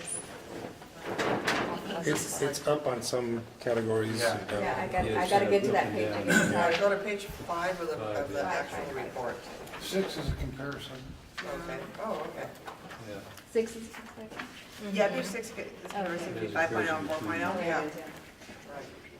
And Marcus, if I remember correctly from what OPES told us, and they'll probably talk about this tomorrow, when they roll out a new division, like 5.0, pass rates do drop a little bit. Correct, it's until people get typical used to it. expect that there will be a drop when an exam is launched, and it does take a while for candidates to get used to how that exam tests them. So, and they'll be explaining that in tomorrow's meeting, the mechanics, or rather the psychology behind that. Yeah, but if you look at 4.0, the fail rate on 3 of those, of the 5 or 6, are worse than they were before. And what would that, or 4 of them? Are you on page 7? Yeah, page 6, at the bottom, at the 4.0, there's 51% failed in building systems, 59% construction documents, 61. programming, planning, and practice, and 51 on structural system. So what would be the cause for that kind of a jump? That wasn't that bad before. There are a multitude of factors that go into how people perform on the exam, and OPES will be explaining that tomorrow for the board. What they've basically said in short is you can't, because of the many paths we have, you can't point to any one causal factor and say this is why people perform poorly or why some perform better than others. As we're all each unique individuals, we all have strengths and weaknesses, advantages and disadvantages due to our backgrounds, and all of that can play a factor in how an individual performs on an exam. But no matter what the pathway is, you should have the skill set to be an architect. So the fact that something is missing and is causing this high rate of failure, we need to figure out what that is. And when people are taking a test and registering, do we know at that point whether they're going the traditional way or they chose another pathway, and can we now start maybe getting those statistics so we can narrow down what the failure is here? Because that's kind of not acceptable. Does Endcard break down the data that way by which route they're taking to licensure? Endcard breaks it down as far as accredited versus non-accredited. But not beyond that. Where they went to No, school. but they don't go down to, they don't drill down to where a person went to school, what background they had before, because Every state's you can drill back all the way down to I've when seen a it person before. was, in middle school or elementary school. Whether somebody went to an expensive No, but private program. that's going to elementary. Essentially, when you get your career and you start deciding, okay, I'm going to be an architect, there's different pathways. But is the traditional way the cause of this failure, or is it the alternative, or what other factor? But the fact that we've got, out of 6 categories, 4 of them, over 50% failure rate is just kind of not acceptable. And whether it's 4.0 or 5.0, it's just not acceptable. And we need to figure out what that cause is so we can start trying to fix it so that it doesn't continue to be this way, because we need to have more architects in the field. So we'll talk. Can I ask a question? Yeah, hold on. You have, sorry. Sorry, there's 2 people ahead of you. Okay, so you're third. I agree with Nilza, because with California being that we have so many different pathways and we support the different pathways to licensure, and if we're not going to, and nationally when you go to the Endcard meetings, they don't really believe in our philosophy of those multiple pathways. So for us to continue to say that, yes, multiple pathways, you can become a licensed architect, we need to figure out if people are not passing these tests and we're not showing up to those meetings, that's just going to make it harder for our state to support our multiple pathways. So we need to figure out what is it from the different pathways that are causing this, so that if we need to say, if you're going down this pathway, you might want to take this recommended course so that you're better supported for when you're taking these Endcard tests. So we do need to figure something out. Pascal. And then My next order is the Tians. No, it's Pascal. Okay. So I think the answer to our dilemmas is on page 7, which the top table is 2017 ARE 5.0. The one below that is 4.0. We can stop talking about 4.0 because it's a dead exam. No one takes that anymore. It's gone.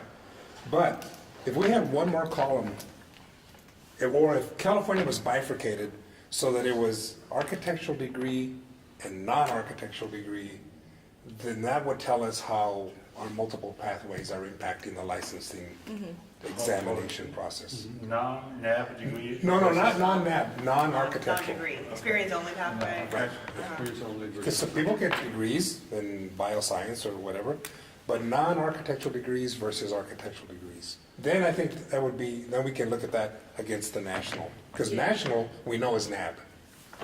I'm sorry, I'll go. So my question almost covered by Ebony and Pascal, but I still want to mention. The trending seems very clear that our passing rate in the state is in every categories. In any exams, 5.0, 4.0 is lower than national average. Yeah, wonder why. Yeah, how do we dissect the data? Maybe one is the non-architecture architecture, and maybe more granularly is NAB versus non-NAB. And then also look at the total of the candidates taking. Maybe California has a massive, many people is not ready to take anyway. The national may be far less, more selective. So, but to see the training not investigating is not enough. I think we should collectively do something. Okay, hold on. Oh, no, Vicki. I was just going to suggest tomorrow, we have time first thing in the morning before the strategic planning session where OPES is going to do a presentation on what are the factors that go into a pass rate of the national exam and the CSE. And I think you need to hear the reasons behind it, and then you can evaluate whether or not there's something that the board could do as a whole, there's an objective that you want to put in the plan, because I think you're going to find it won't point to a specific thing. There's multiple factors that contribute to it. Yeah, I was just going to suggest, we're having OPES come tomorrow. They weren't able to attend today, but the point was to kind of generate discussion, educate the board more, and then turn it over to strategic planning to see what the board would like to do with this issue. So certainly carry it over until tomorrow. Yeah, I'm not a statistician, so maybe the dean of math here could help us with this one. I don't know if you can fairly compare. I just don't know, because I don't know the inner workings of these mathematics. Can you compare how one jurisdiction does compared to 54 jurisdictions? Because the national is 54 jurisdictions. There's 54 jurisdictions up there throwing people at the exam, and that's their number. And then you've got California and their number. I don't know if that really equates, so. It's just against an average. I think I mean, we do that with our hospitals. We look at the national average versus like one hospital and do a comparison. So I think it's okay to do that. We just need to know like which questions are weighted and, you know, what people need to improve on. So I think it's fair to pull it out and see. Yeah. But I do still want to see, I would like to see the architectural degree, non-architectural degree in California, because that really kind of tells us. Because like, Ebony's correct. Every time you go to Endcard, you guys out there, you guys licensed puppeteers, you know, so we need to kind of try to dispel that. Yeah, we get dissed a lot. Go ahead. I've got a little different take on it. Okay. You know, when you look at the different schools and how they do on the test, because we get that information, schools like Berkeley that really don't teach you the exam, they're not NAB accredited, they're theoretical, it's a whole different experience than maybe San Diego, USD. But the people at Berkeley have a much higher pass rate. In certain areas. Well, but my point is that the idea of our multiple paths to licensure is about creating opportunity for people to get into the industry. And if we focus on, if they show up, if you do this data search and they show up that that's the reason why our numbers are down, then that gets into the safety concerns, and is this really the way it should go? And to me, that path is more about taking away opportunity than offering opportunity. If people have the ability to get there on their own, and maybe they have to take the test more times, well, they should still have that opportunity. And so, now I'm making the assumption that you'll have a higher fail rate compared to having a schooled education rather than experienced education. But I think we focus a lot on this. It's more about being able to make sure that the architects that are passing the test are passing a test that holds the safety and welfare of the consumer, you know, and that the pass rates are not the important thing. But I just don't think these numbers are where we need to spend our focus. I don't think those are the answers are in there. I think it's you next, right? Okay. Just one sentence. Matt, I actually agree with, I don't think we should be driven by these numbers. The number has many reasons, but if we see a clear trending, will be good to know the reason behind, that's all. Yeah, I agree. Makes my final comment on this topic, and that's maybe it's okay that our passing rates aren't that good because it's telling us that consumers are actually being protected because people who aren't competent enough to pass the exam aren't getting licensed. So that's one aspect. The other aspect is, in our multiple pathways, I mean, it'd be interesting to know, just for giggles, how many people, how many individuals, how many design professionals does California foster into the practice in the profession as opposed to the rest of the country? Because it seems like we put Berkeley's a case in point. Berkeley, when we had our IPAL meetings, their mantra was, we don't teach to the test, we teach architecture.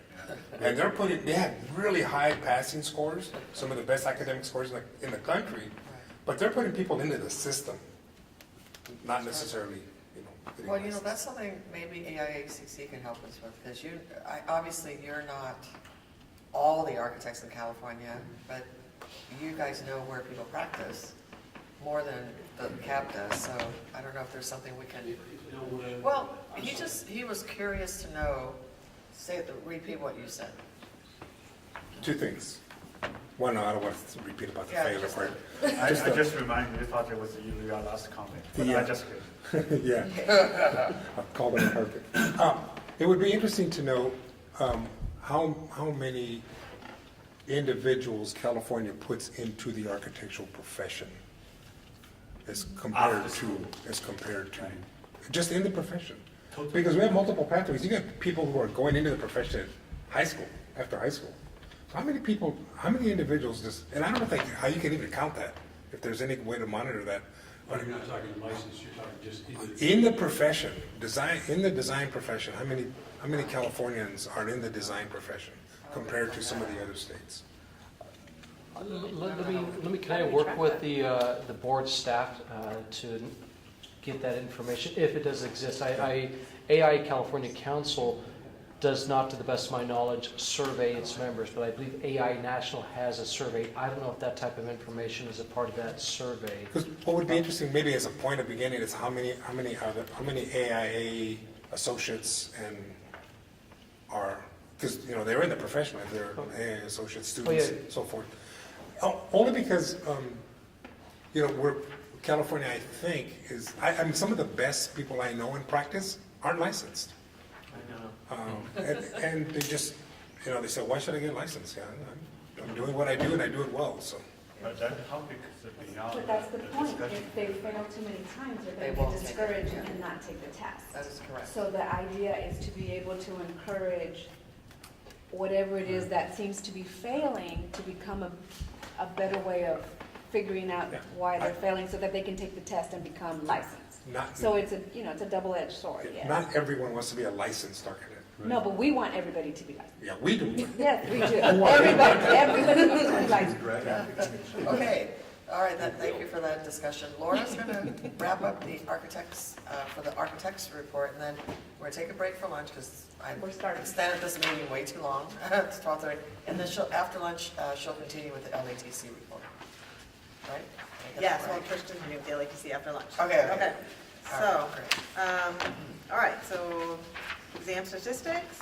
On page 9, the most recent information on IPAL, that more than 400 students are enrolled, so we'll continue to keep updating on that. Staff are working on the regulations to formally implement the change from 180 days to 90 days for the wait time for the CSE retest. But we implemented that at the beginning of last month. No, first of this month. First of this month, so that is available and we've publicized it. Okay, thank you. On page 10, going on to enforcement program. Just a second. I just had a note I had here. Or you have 400 students enrolled in IPAL, and then right below that, it says 5 students graduated from IPAL programs in May and received their license. Whoa. Yeah. Hey. So out of the 400 that are enrolled, 5 kind of did a double whammy. And there's a graduation, does it mean by graduating that the way they graduate is they are then licensed? I mean, by. They graduate from the program and receive their license. That's interesting. Yeah. It's great. It hasn't been around that long, right? I mean, these must have been But people. weren't they like USC and those other that other school. Newberry and Woodbury. Yeah, I mean, they new were school. like putting people on track to like take the test before they graduated. Or They all Obviously, that is ideal. obviously, Yeah. 5 of them. Wow, that's impressive. It is, Yeah, good catch on that. Maybe we've all pitched.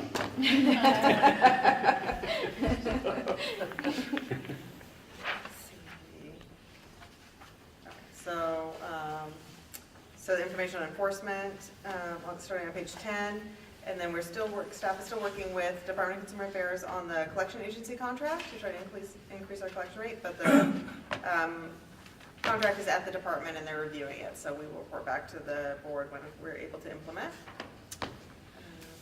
Moving on to page 13, in October, the staff distributed a letter to planning departments about our act and it's an educational piece and requesting they verify licensure when plans for non-exempt projects are submitted. So we did get some responses and some questions, I thought, which was really helpful, so I think it was good. We're working on regulations to allow the executive officer to delegate to another staff person the ability to hold an informal conference. So we're in the process with those, as well as working on the disciplinary guidelines, which have previously been approved, but will now, I believe, need to come back to the board as a result of AB 2138. So that'll be on the later agenda. And that's something I think all the boards will need to modify their disciplinary guidelines. Okay, so that takes us through the board's portion up through page 16. Any questions? I just have a comment for my fellow board members, which is something I think we should talk about tomorrow, strategic planning, which we will do, and that's continuing education. Did anybody happen to notice the third attachment on the most violations? Yes. Most common violations? Where they're ADA, at? Disproportionate, 77% on falsifying your. Yeah, because people don't want to do it, they don't want to bother. Haven't I been saying that we should do that? Yes. They're taking the same course over and over. So I don't blame them. That's I don't my blame them. idea. I mean, it is not really learning inspiring, anything. not encouraging me personally. Yeah, it's a big honor. And, I mean, very personal. So We already know this stuff. So many relevant, more important subjects. Yeah. Codes if you get that. Yeah, exactly. But your The legislator. successor, or your predecessor said, oh, this is not the direction to go. Yes, and I would agree with that. It certainly was not the direction to go under Governor Brown. It's possible that Governor Newsom will see it differently. I don't think Governor Brown would have signed an expansion, so we can see in the next year how open he is. But we will definitely need. It's out of date, not relevant, that's why people are not. We'll need more than anecdotal information to go I know. forward with the change. We'll need some, You can't say it's not relevant, but it's just as relevant as so many other things. Right, it's equally relevant. Why is not relevant? Because it's so good in day-to-day practice. You just don't get building permit. You don't get past anything because it's no longer inspirational. I don't feel I need to be educated. I need to do this by my. Yeah, but we're not talking about TAM, we're talking about the consumer. Okay, well, let's take a break. With that. You want to break for 30 minutes? Yeah, so why don't we reconvene at 1, okay? Thank you. All right, great discussions this morning. Starving.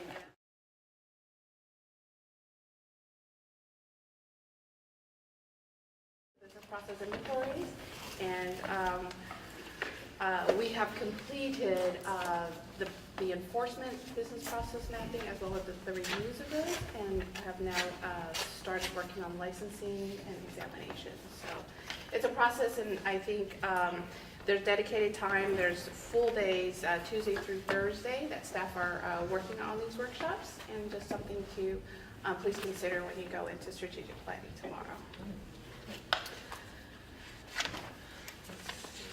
For Breeze, or for whatever we're For gonna. business lines, and, So we are making progress. Yeah. We are making progress. Or the people doing the planning for us from the department, I talked to him yesterday, he said that it's going the fastest he's ever seen with our board. And he said that was a good thing, so, yeah, making progress. We are recruiting for our special analyst position. Shirlene Palmer recently vacated that position, so our final closing date was earlier this week, so I hope to have interviews scheduled here fairly quickly and try to get that going. Let's see, the LATC launched a new website design format in October, and it also added to the website a consumer guide to hiring a landscape architect, new guide will be available there. We also discussed, as you did earlier, how to disseminate the information additionally to our website. So we'll circle back with that. And we are also working on license lookup conversion to be launched sometime in December.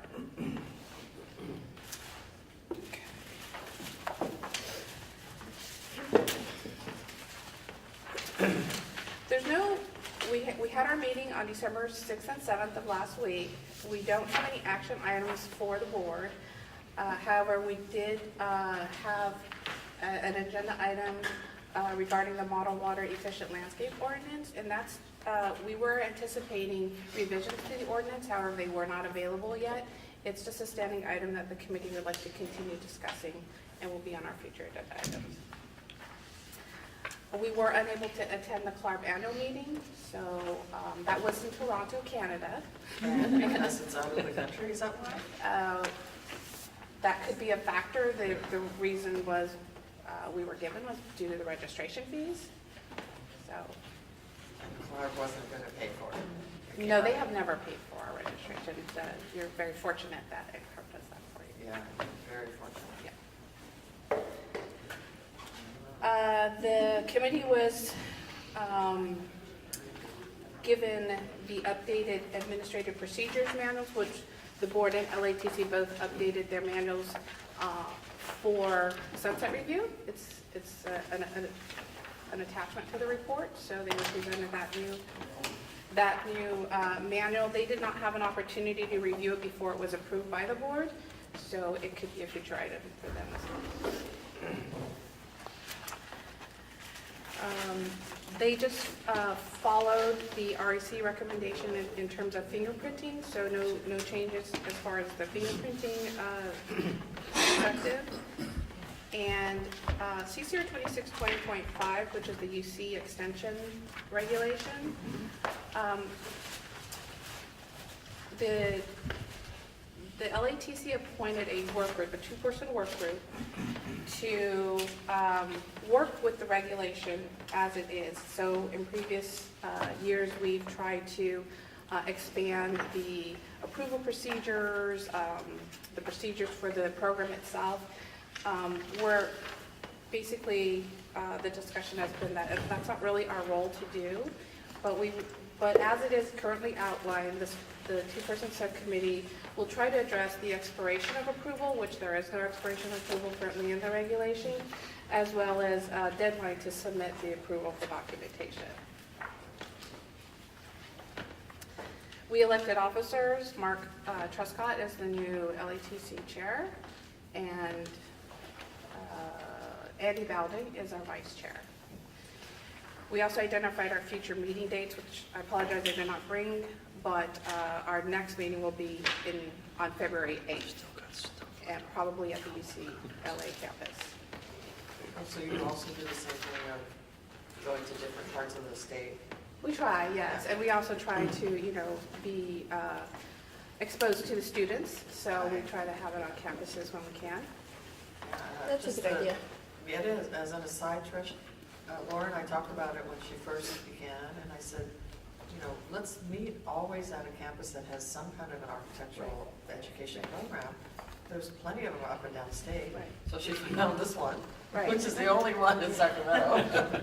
Or Marcus. Found it for us. Oh, Bob T. Who? He's not listening. You found the location for us. One of the Bobs? Oh, One of the Bobs. One of the Bobs. They're both Bobs. Our LA, our AIA chapter has had a number of things here at this program. No, it's fantastic. It actually was one of our prior strategic plan objectives, so we try to continue. Exactly. We're going to try to do that too, Yes. right? During the comments. Exactly. The environmental scan. Yep. So on the second day, we held strategic planning. I'd say it was very successful. We had about 19 objectives that were considered, and so we'll bring the strategic plan to the board for approval, hopefully at your next meeting. Okay. Okay. Any questions? Questions? For Trish? Thank you. So the next item is the Octavius Morgan Distinguished Service Award, and Laura's going to tell us about that. Okay, so there's some information in your packet, and then you should have a separate handout with the nominees. So, let's see, the board voted to establish this program in 2000. And so we give, it's for volunteers who have provided the board with outstanding and dedicated service. And board members and staff nominate individuals. So this year we have 2 nominees. The first one is Barry Williams, not the board member, Barry Williams. And Robert Kitamura. So they're on the handout here. Does everyone have that? Yes. Okay. Laura, Oh, if not you our are Barry. not, So do we both have to? mislocate the location, I think Barry Williams is San Luis Obispo. Yeah, yeah. Yeah. We could add a I got third. really close this time. I thought it was typo. I haven't met this other Barry Williams, so I'm going to have to do that. That's So I not could- business. Okay. That's very well. He's like, So I very- can't. He's the nice Barry Williams. Deserves the award, as does Bob Kimmer. Oh. Okay, so do we vote for both? Yes, so I think you can make a motion to approve both of these. I make this motion. Second. Robert, roll call, please. All right. Jim Pang, Yes. Pascal Gutierrez, Yes. Sylvia Kwan, Yes. Ebony Lewis, Yes. Matthew McGinnis. Yes. Robert Pearman, yes. Nilza Serrano. Yes. The other Barry Williams. Yes. Denise Campos. Yes. All right, the motion passes. Great. So now, typically, what do we do to inform these winners? The president of the board would contact them, congratulate them, let them know that someone from the board or the department will be contacting them for an interview for an article. And then we find a way to present the physical award to them, whether they come to like the next meeting if it's local for them, or sometimes they're working in workshops because a lot of them have been subject matter experts. And so Lily Dawn would organize some kind of presentation to them. So it just depends on the situation. And you're gonna need cash funds, right, for the vote? Pardon me? You're gonna need money from that? Yes, that was part of, Oh, I already so did. part of the motion should be that the members agree to pay out of their personal funds the award, and that's what we collected today. So I amend my motion. Board approves the nomination of this 2-person and agree on, what words we use? Volunteer to pay out of our own Volunteer to pockets. Yeah, that the members will The board contribute member to will contribute to the, Fund. the awards out of their own personal yeah, funds. okay, awards out of their personal fund. Yeah, I never understood that. Why? There's I'll call it a departmental or statewide policy about using state funds for like awards, trinkets, certificates, things like that. There's a policy. She said. Brianna might, don't want to put you on the spot, but. I think it started early under Governor Brown. Yeah. Sounds like it. That's why we have a start plan. Every penny counts. That would be my You'll company. your second is still stand? Second still stands. Okay. Do I have to Except the re-vote for friendly. that? No. No, it's friendly. I think we're fine. I know. Let's see, okay, so moving along. So you're up next, Tian, because I'm gonna ask you to give an update on the PPC committee. Okay. So that's item J, page, no page number on computer, my screen, just on rest. But anyway, on October 25th or sometimes, we had a very good PQC meeting. I was particularly impressed by the full attendance in person. not calling in, and have had a great discussions on several subjects. But I like Marcus giving you detail, but I want to highlight one of the work that both staff prepared real well, and then the committee member had a very engaged discussion, and then the staff took a note and further worked on that. That is called the candidate's handbook. So the staff have included in the package, actually the handbook. And so during the introduction, I want Marcus highlights a little bit of that work. Okay? Can you take on? Sure. So in your packet, you have the latest draft of the licensure handbook. This is now moved on to item J.2. And the licensure handbook that you see before you includes the input that we received from the committee at its October 25th meeting.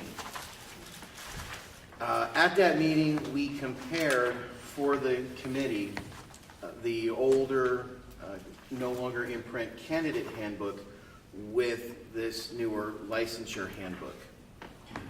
Based on the input that we received, we reorganized its content, and so it has the education, experience, and examination structure of the former handbook. We included information on reciprocity, clarification on the roles of Endcard and the board. We also went ahead and looked wherever possible to see whether there was a way we could clarify information to avoid confusion for the candidates. Items that you see in yellow highlight, those will be items that are going to be on the sidebar. So the orientation format for the handbook is a landscaped 8.5 by 11, similar to the Erie and AXP guidelines. The sidebars will be generally on the right-hand side with the core content in the middle.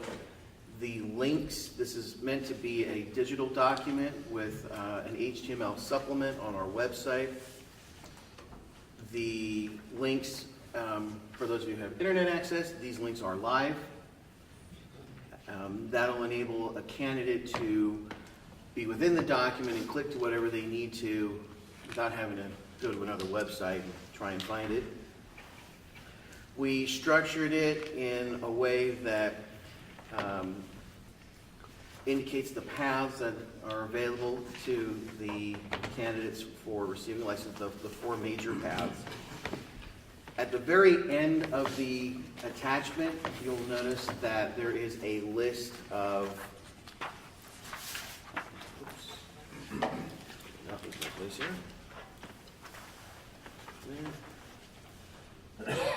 there is the, bear with me here for a second, the timelines, the graphical timelines that the committee recommended be included. Format as you see there, this is for your input, to see how you like the appearance of it. Questions for Marcus on the graph? He's talking about this chart. I actually have a question. I was trying to figure out, I get the bar that says years 1, 2, 3, 4, 5, 6, but then it says ARE, CSE, so, and you have them all kind of terminate at the same time.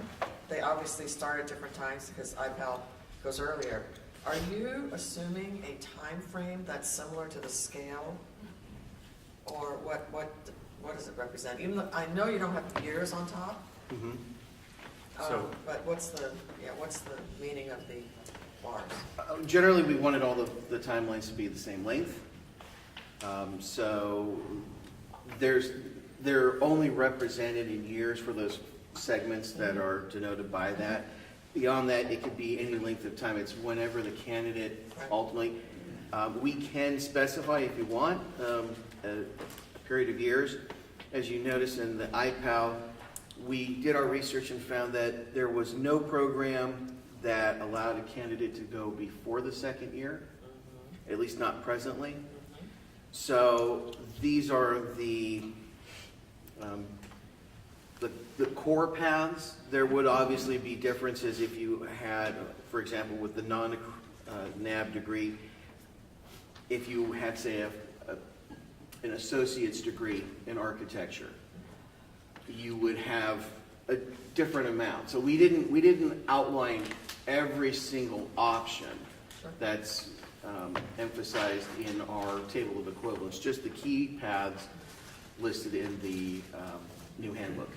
Can I elaborate a little bit? In case Sylvia is meant to be the full bars the same length, is it just graphically same length? But the actual individual's achievement of getting license could vary.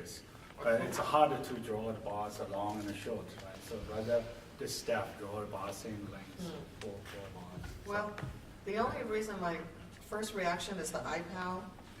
Why is that guy taking so long to get through the CSE? That was my first reaction. Like, what happened to him? Yeah, we can go back and see what we can do about that. I mean, that's not a problem. We can take it back and refine it. Okay, Marcus. I mean, sorry. Marcus, that's okay. The IPAL and the CSE, don't we still have in our regs that in order to be eligible for the CSE, you have to have accumulated 8 years? Yes. It is written that way, but it's the equivalent of 8 years. Yeah. So the education and the experience can be Double dipped. double dipped, if you will, Yeah, because to you know equate why? to 8? They're working around the whole. Yeah, but I just want to make sure that that's the case. Correct. That's We're talking IPAL now. Yeah, well, I'm limiting the conversation to IPAL. Actually, it applies to more than just IPAL. Oh, really? You see, because Endcard went ahead and said that individuals can now start AXP right out of high school, right as they graduate. They could, I mean, if you happen to know someone that has a firm and sees potential in you and hires you straight out of high school, you couldn't start earning experience at that time running through concurrently with your school. So theoretically, you could sit for the CSE 8 years after you graduate from high school if you've passed the AREs. You could actually do it in less time. So, for instance, if you graduated high school at 18 and you were hired in that scenario I just mentioned, and you worked 3 years or 4 years to get your AXP, the regulations grant a candidate a minimum of 3 years for completing it, regardless of how long it takes to do it. So you can get the 3 years right there while you're going through college. And I mean, granted, that's full time, so I mean, the likelihood of a candidate actually being able to do that. But you could also go through college at the same time, and by the time you graduate, have your accredited degree, your 5 years for that, and your AXP for your 3 additional years. And you would have 8 years at that point. But let's talk about the individual who graduates from high school and doesn't tap into the education component, formal education component. That is 8 years, right? Yep. You were talking about a person that just goes the experience path? That's correct, yes. Yes, yes. Okay. They would work 8, they would have to work 8 full-time years. I think what's missing somewhere along the line is that it's clear that those 8 years can be sort of cumulative combination thereof. I don't think that combination of education and experience is there, is it? I could be off.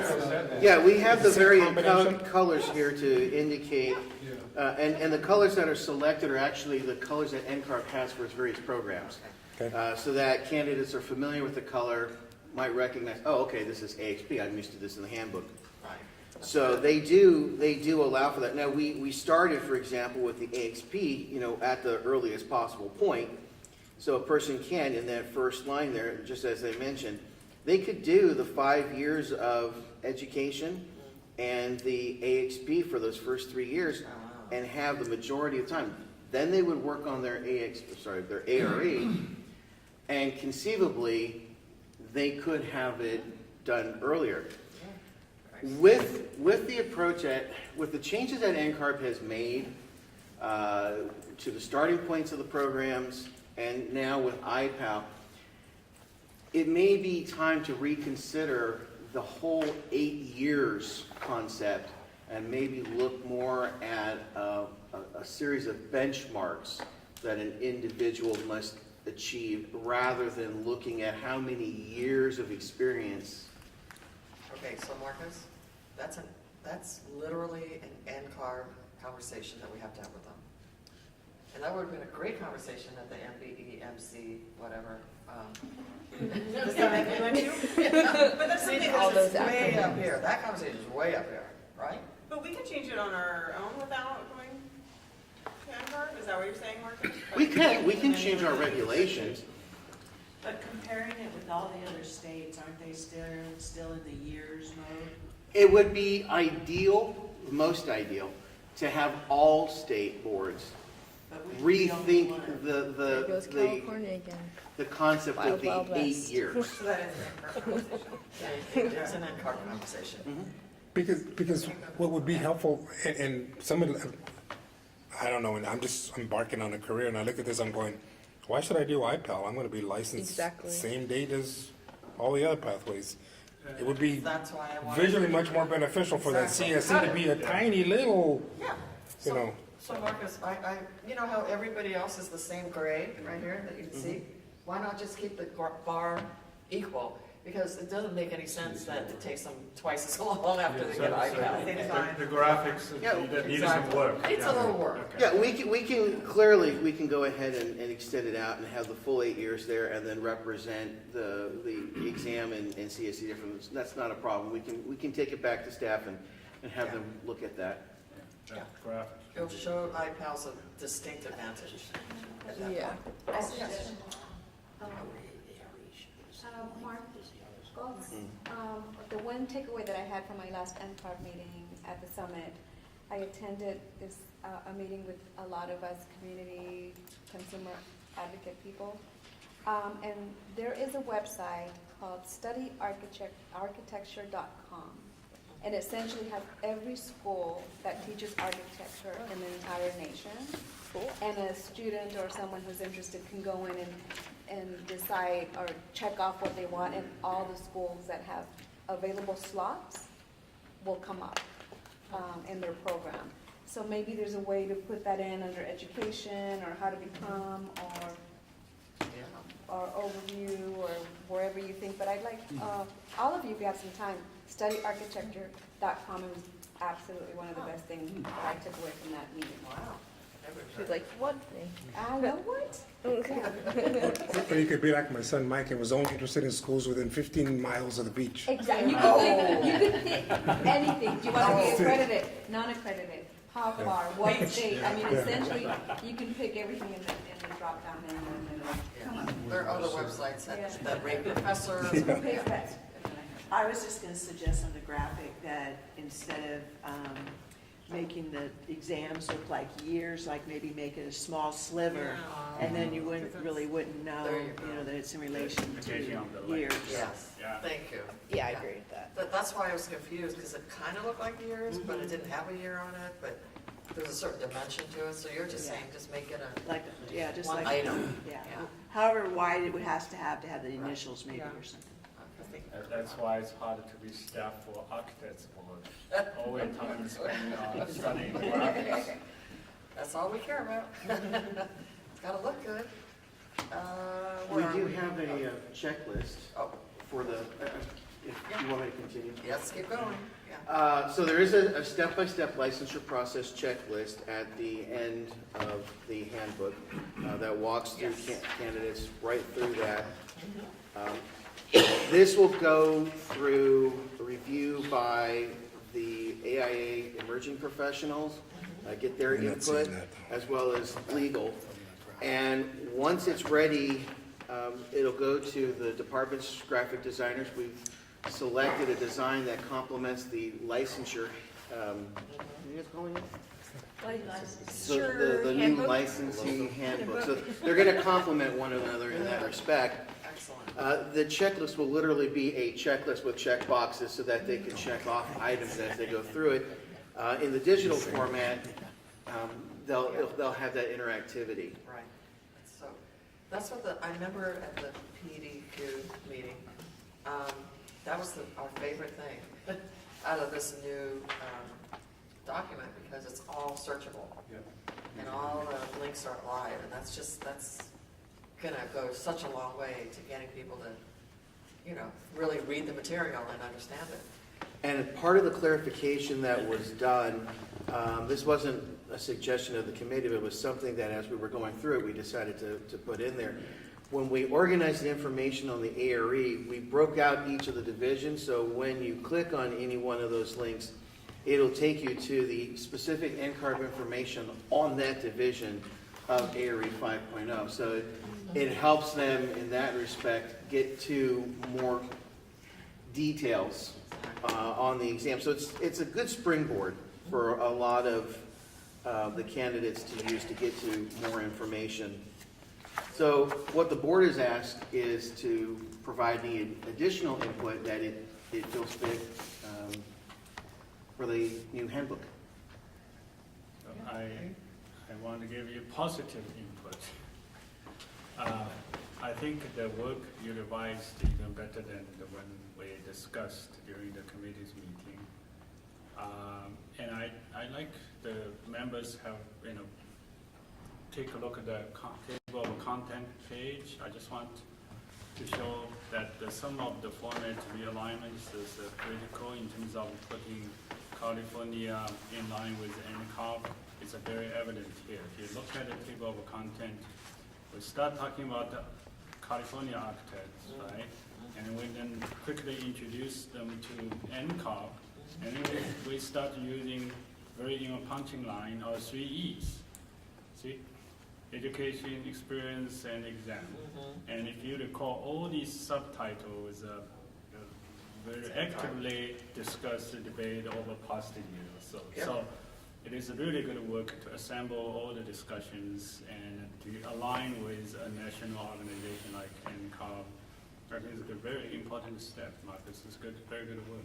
Thank you. Only comment is, who is Endcard? Is the is need to be kept? Yeah, I noticed that.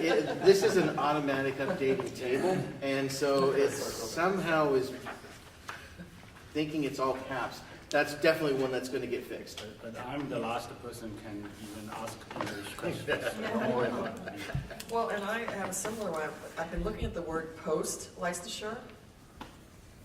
It Should is it be like a post-licensure. hyphen? No, actually, no. It doesn't have a hyphen. I Really? checked with the style guys. Yeah. Wow. It doesn't. The hyphen actually, even on words like for years we've been told like re, like anything, and the style rules now are as long as it doesn't create a term that's like another word. So like I see. recreate or recreate. If it's recreate, you have the hyphen to distinguish it from recreate. Wow, I learned something. Okay. Yeah, they keep changing the rules. We thought they were done when we graduated college. No, apparently not. Thank you, Marcus, for that grammar. No, anytime. English lesson. See? That made it worth coming today. Yeah, Marcus, I have a couple of other critiques. Yeah. First of all, let me begin by saying this is a great document. I think it clears a lot of things up. But I think you can go just a little bit further. Okay. On page 1, under what we do, the very last sentence of what we do, we're talking about the cab.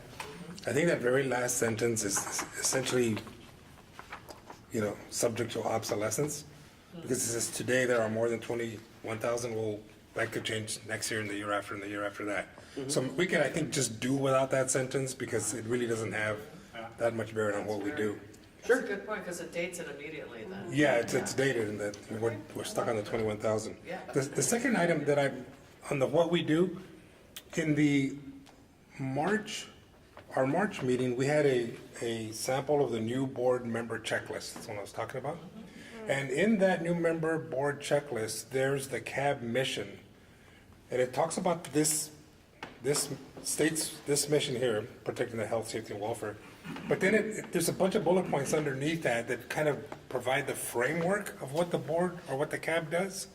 I think it would be excellent to have that framework in here And I don't know if somebody can pull it up on their email or something.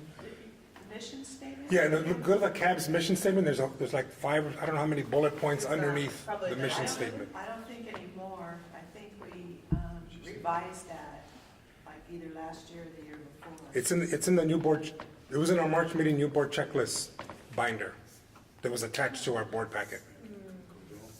And if you go to that mission statement, it really spoke very much to what the CAB really does, I think. You want me to read it out loud? Yeah, could you? That'd be awesome. The California Architects Board protects consumers by establishing standards for professional qualifications, ensuring competence through examinations, setting practice standards, and enforcing the Architects Practice Act. Is that I think that really provides the framework that should be out there for what we do. And then the next comment I have is under practice of architecture, that design limitations chart for professionals. If this document's an excellent document, this is a super excellent document because it adds a lot of clarity to what's exempt, who can do what. And as we continue forward with our conversations with interior designers, maybe they could be, I guess slave's the wrong word, they could be brought into that same guideline to clearly identify what interior designers, what their boundaries of practice are. Okay? Going on to page 3. Education, in the first sentence, second line of the first sentence says, completing 5 years of education or training experience in architectural work. I think rather than saying 5 years, if we had completing required education and training, because the 5 years doesn't really apply to the IPALs, right? And let's see, I think I have one more. Good catches. On page 6, under IAP overview, first sentence, the IAP is developed by the CALA. It'd be good to know what those are and then have the acronym after it, so you know what they are. I think they're defined earlier. Yeah, they're defined under the experience section. Yeah, maybe you could put them here. I don't know. It just seemed like it was so far removed. I go, IAP, what's that? I started like looking all over for that. I didn't know what it was. Let me see. Just repeat it, it's fine. Yeah, or state it here, I don't know. And then on page 7, again under examination, the second paragraph, second sentence, to be eligible for the ARE, a candidate must obtain 5 years of post-secondary education. I think you need to say what the exception to that is. Again, the IPAL, who has the ARE integrated into the curriculum. Because your brain can go like 2 different ways. You know, I thought if I was IPAL, I didn't have to wait 5 years to be eligible. Well, by the same token, if you're going there, the first paragraph under experience, it says it again. Yeah, so there should be some, we should maybe make those, remove the 5-year obligation or something like we did earlier, so that there isn't this automatic confusion that people are reading, well, the IPAL doesn't do that, and it just leads people astray, I think. And they're thinking, it led me astray, go, wait a minute. Well, I'm just wondering if they, instead of like trying to generalize everything, would it be better to say, except for the IPAL program? A qualifier, there should be some kind of a qualifier that it's not 5 years for everybody. You know, I don't want to wordsmith it, I just think that if the group would look at it and go, let's clean that up so that there isn't any confusion. And those are the comments I have to what I think, again, is a really great document. Okay. Do you have any other comments from Marcus? So just a comment on Pascal's first comment. So yeah, to introduce the whole phrase description of board's mission is good, but maybe think carefully, staff, is this document is geared towards the licensure. So yeah, so the focus of the message should tell them what this board do when you want to start to get the process going So think about that context. And the reason I brought up what I brought up is because I think if we make a statement about who we are, it should always be the same statement about who we are and what we do. Otherwise, yeah. Okay. Thank you so much, Marcus. You're done. Thank you. Yep. And we already got, You did, I skipped ahead with LATC, so. yeah, oh yeah, so we got that done. So who has the information on future board meeting dates? That would be for 2019, okay? Before we go into closed session. So tentative dates for next year, we have in here, under this tab, the dates. Actually, we have the LATC dates in here. So we planned around those, and we planned around the AIA event in June. Oh, okay. So we're looking at Thursday, February 28th, most likely in Southern California. Okay. Thursday, June 13th. Thursday, September 12th. And Thursday, December 12th. Because we only need one day next year. In December. Right, we don't have strategic planning, so they'll all be one-day meetings. Okay. Laura, would you verbally say this is the dates, nothing here, right? Right, it's in the verbally, so I'll send them in an email as well. Yeah. I just- February yeah. 28th, Do you June mind 16th. repeating again? Sure. February 28th, Yeah, June 13th, oh, June 13th, September 12th, September 12th. and December 12th. When I look back at the last 2 years, the board met on either a Wednesday or Thursday, it seemed like every time, so I picked Thursdays, but There was a reason we There was a switched. problem, yes. Was So I December made this the request 12th in the again? past, and I'll bring it up again. Thursdays are the toughest day Oh, of the okay. week for me. all right. Was December the 12th? And for others who Yeah. attend events, Yeah, evenings, events. galas. Yeah. So For is there, can we consider any other day? Want to go back to Back to Wednesdays? Wednesday, yeah. Wednesday, I prefer. Wednesdays work. Okay. Yeah, Thank Wednesday. you. So it'd be 27th, 12th, 11th, and 11th, right? try that. Something like that? Oh, my God. Quit taking notes. So, but, so Wednesday, Yeah, so back to Wednesdays. And then, okay, so everybody take note, the AIA conference is June 6th to 8th, and then 1 week later would be this meeting. And that would be where, more than likely? They're in Las Vegas, AIA. No, but I mean, with the. Oh, the June meeting? September, I mean, up here, right? Probably back in Northern California, if in Right. February we're in. Because Southern I know September is typically San Francisco or the Bay Area. Mhm. So Vicki, what is typically June? It is back up here, right, in Sacramento? I believe we do June for Sacramento area because of the budget, but, I mean, it varies, you could do it wherever you want. That hasn't been an issue in the last couple of years. so Yeah, we it could- hasn't Oh, really, okay. but, I mean, northern, southern, Central. and We then should do Bay Central. Area. San Luis Obispo. Yeah, they got a architect class there too. Right, why don't we have not been to San Luis haven't, Obispo no, in a that'd be while, fun. right? Want to try that for June? Yeah, Let's go to let's do Monterey. it. Okay. how do we get there? You can take a shuttle. Much of Mary's house. There's a train. Yeah.